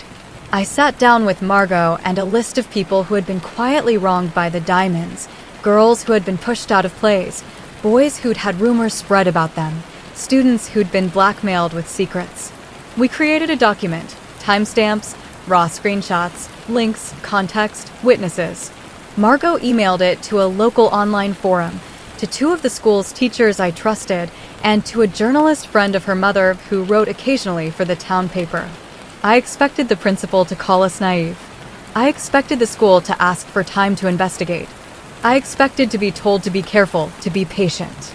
What I didn't expect was how quickly the tide could turn when you put a steady stream of evidence into the right hands. Within 48 hours, the narrative began to shift. The town paper ran a piece, measured, factual, about the power dynamics in our school. It quoted parts of our document. It didn't editorialize. It simply printed the messages, the dates, the screenshots. That small act of publication was like opening a window in a sealed room. Fresh air rushed in, and with it, the smell of truth. Suddenly people were calling what Amber had gone through by name. Bullying, manipulation, harassment. Other girls sent us their stories. A teacher who had been peripheral before called the district office. The principal, who had been slow to act when it was just a rumor, didn't look as comfortable anymore. Brianna's smile in the selfies began to falter in front of new scrutiny. Lexi's jokes, once delivered with impunity, looked mean in print. Tasha's quiet stare now read as threat. The diamonds were still powerful, but power without secrecy is brittle. And yet, even as the sun rose on our little scandal, I felt a cold, private terror. They had not been idle. They had built contingency plans. They had friends in the right places. They had a cousin who could edit a screenshot so well it looked like truth, and they had people who would carry a rumor like contraband. When the school called a hearing a formal, administrative thing where parents could attend and everyone sat in a room with fluorescent lights that turned everyone into witnesses, I went with my folder of receipts, an almost tangible weight of proof in my hands. The diamonds sat across from me, 3 statues in human skin. Their parents smiled like polished coins. The principal's pen scratched its name on forms. We were playing a different game now, legalistic, methodical, terrifying in its mundanity. I spoke. I presented the timeline. I let the messages speak for themselves. I watched faces shift as they saw content they hadn't known existed. The benign jokes that were actually cruelty, the strategic exclusions, the way a rumor had been seeded and tended until it blossomed into a lie. The hearing didn't feel like victory. It felt like opening a wound that everyone had been pretending didn't exist.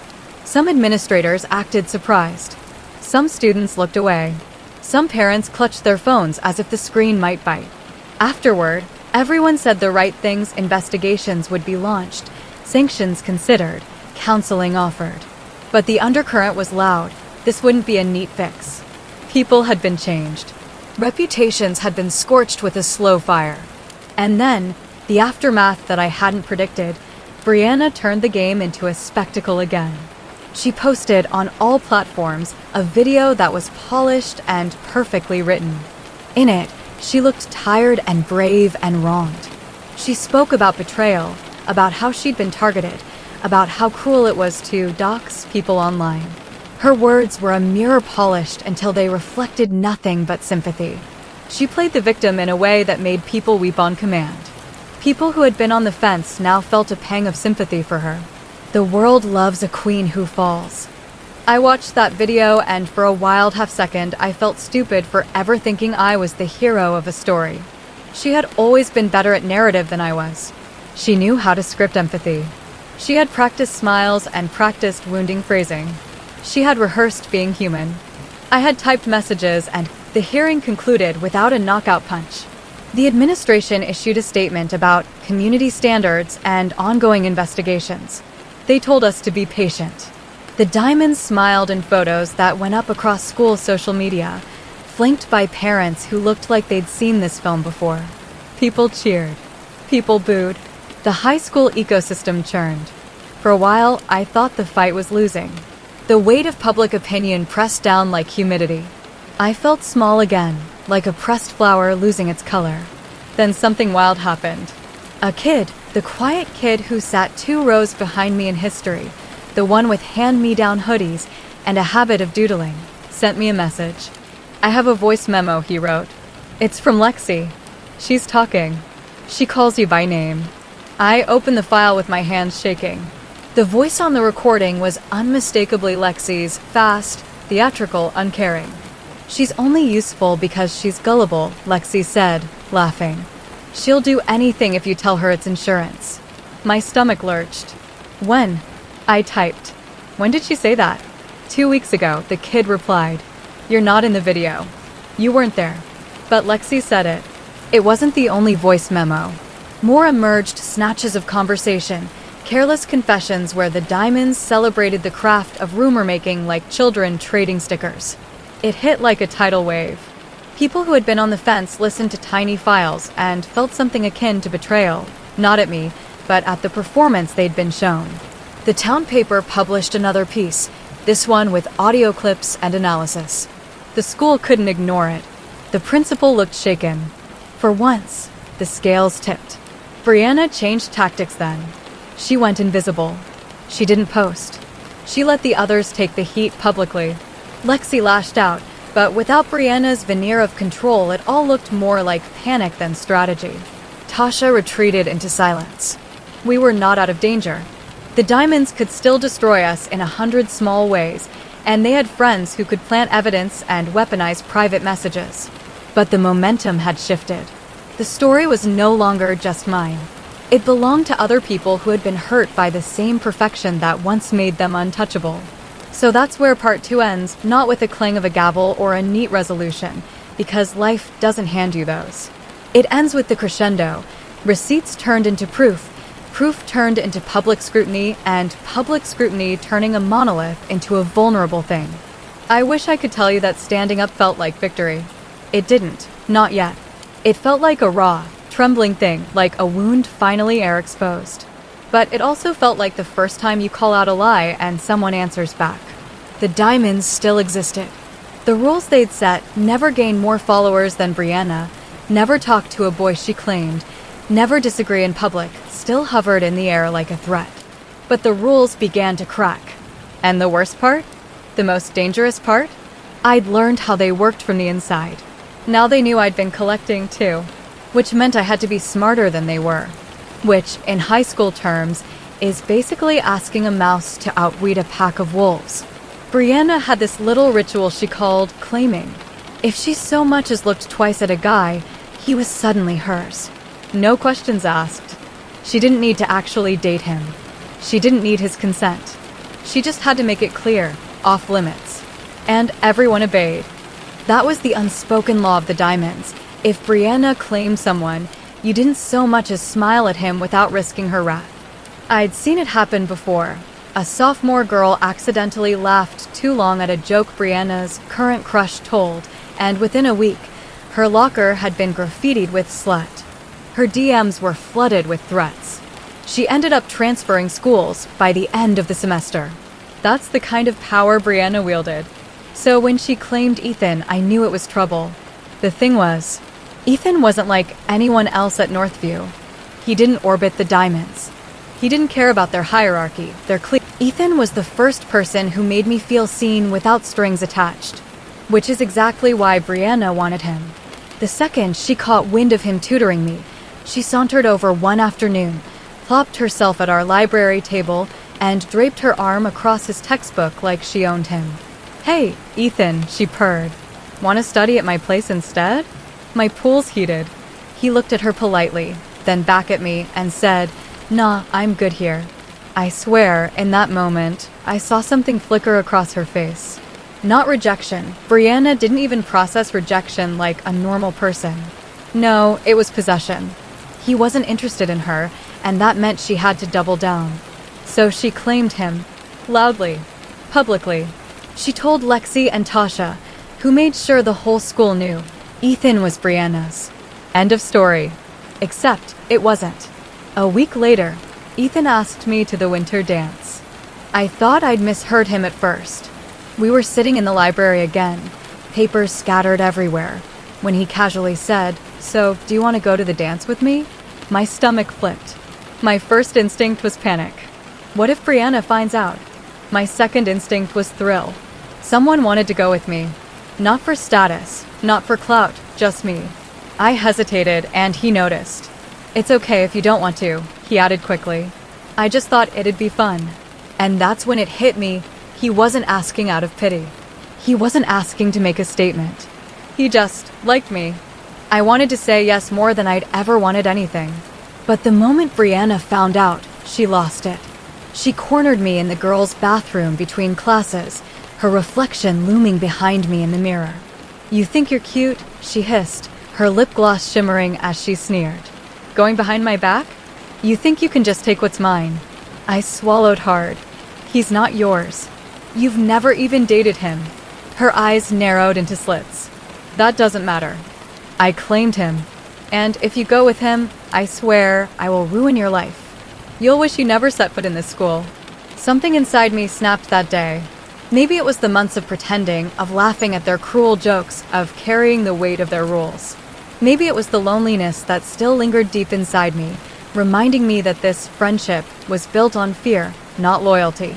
Or maybe it was realizing that Brianna had no power except the power people gave her. So I stopped giving it. That night, I pulled out my secret folder, screenshots I'd been collecting for months. The cruel DMs they sent to girls who broke their rules. The photos they'd taken of people at their worst moments. The rumors they fabricated in the group chat, typing gleefully about destroying reputations. I'd always known, deep down, that I'd need this someday. And now, the day had come. I called it Operation Diamond Dust. Because I wasn't just going to crack them, I was going to grind them down until nothing sparkled anymore. I created an anonymous account and started leaking. Slowly at first. One screenshot here, one DM there. Just enough to make people question. To make whispers spread. Then I dropped the bomb. A full thread of screenshots. Their entire playbook of bullying, manipulation, lies. Proof that every rumor they'd ever spread was calculated. Proof that they'd ruined lives for fun. Within hours, the school was on fire. Teachers called emergency meetings. Parents demanded answers. Students turned on them in droves.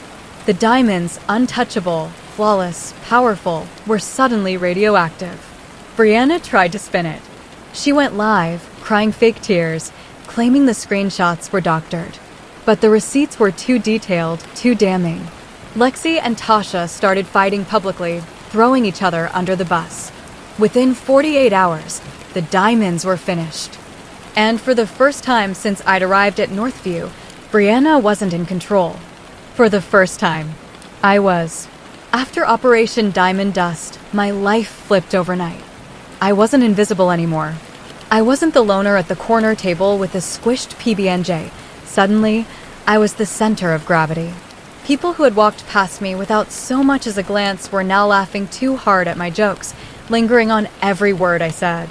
Girls who used to mock my thrifted sneakers were now DMing me links, asking where I shopped.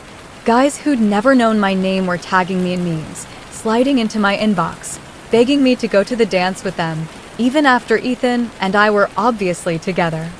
At first, it was intoxicating. I thought it would feel like justice. Like finally, the universe was balancing the scales. For months, the diamonds had made me small, had forced me to bend myself into whatever shape they demanded. And now, the script had flipped. But the thing about power is, it doesn't feel like justice. It feels like adrenaline. Like fire. Like something you can't put down once you've tasted it. It started small, almost innocent. A sophomore made a snide comment about how convenient it was that I'd had all that dirt on the diamonds. Later that week, I let it slip to a few people that she'd been caught cheating on a history test. Totally harmless, right? I mean, people cheat all the time. But once the rumor started, it stuck. Her teachers eyed her differently. Her friends whispered behind her back. I told myself she deserved it. After all, hadn't she annoyed me first? Then there was Emily, this bubbly junior who laughed a little too much when Ethan helped her with a group project. She wasn't flirting, not really, but something twisted in my stomach when I saw it. That night, I told 2 trusted friends that Emily had been bragging about hooking up with a college guy who gave her an STD. I didn't expect it to spread so fast. By Monday, she was crying in the bathroom. And yet, instead of guilt, I felt powerful. People started looking at me the way they used to look at Brianna. Careful, hesitant, afraid of being on the wrong side of me. It wasn't intentional, or at least, that's what I kept telling myself. I wasn't mean, not really. I just nudged things, tilted the scales, put people back in their place when they forgot who was in charge now. But deep down, I knew. I hadn't just destroyed the queen bee. I had replaced her. The whispers in the hallway weren't just about how Brianna had fallen, they were about how I'd risen. And the scary part? I liked it. Too much. When teachers called me a strong young woman who stood up to bullies, I smiled sweetly, all while drafting my next little rumor in the notes app on my phone. When parents told me I was a role model, I nodded politely, ignoring the fact that I'd just spread a lie about a girl who borrowed my pencil and forgot to give it back. Power had a taste, and it was addictive. And though I told myself I was different from Brianna, that I was using fear for justice, I started seeing something chilling in people's eyes when they looked at me. Not admiration, not respect. Fear. The same kind of fear the diamonds used to thrive on. The same kind of fear that once kept me small. And the realization hit me like a slap. I hadn't just beaten the monster. I had become it. For weeks after the diamonds crumbled, I walked the halls like I owned them. And in a way, I did. The whispers followed me. The stares lingered. The invitations piled up. Teachers praised me as if I'd done something noble. Parents told their kids to be brave like her. Students treated me with reverence wrapped in fear. But beneath all of that, something gnawed at me. I'd expected Brianna to fight back, to claw her way out of the wreckage, to rebuild her empire brick by brick. That was her brand, unyielding, unbreakable, unstoppable. Except she didn't. After the storm, she simply vanished. She stopped showing up to lunch. She ghosted her little circle of wannabes. She barely posted online anymore. For someone who once lived to be seen, it was like she'd melted into shadows. At first, I thought it was shame. Maybe she couldn't handle the fallout. Maybe she was too embarrassed to face the school she once ruled. But then, I learned the truth. It was a Saturday afternoon, and I was scrolling through Instagram when I saw her. Not a throwback, not a filtered repost, an actual fresh post. Brianna, smiling, hand in hand with some guy from Ridgeway High, hair messy like she didn't care for once, grinning in a way I'd never seen at Northview. Carefree. Happy. I stared at the photo for what felt like forever before the caption sank in. Sparkles, new chapter sparkles. And then it clicked. She wanted me to take her down. She'd been failing classes for months. Teachers whispered that her grades were tanking, but no one dared confront her. Her mom, this high-powered lawyer who treated Brianna like a living trophy, expected her to keep up the perfect image. Being queen bee wasn't a choice for Brianna. It was an obligation. She couldn't just walk away. Not without losing face. Not without disappointing everyone who thought she was invincible.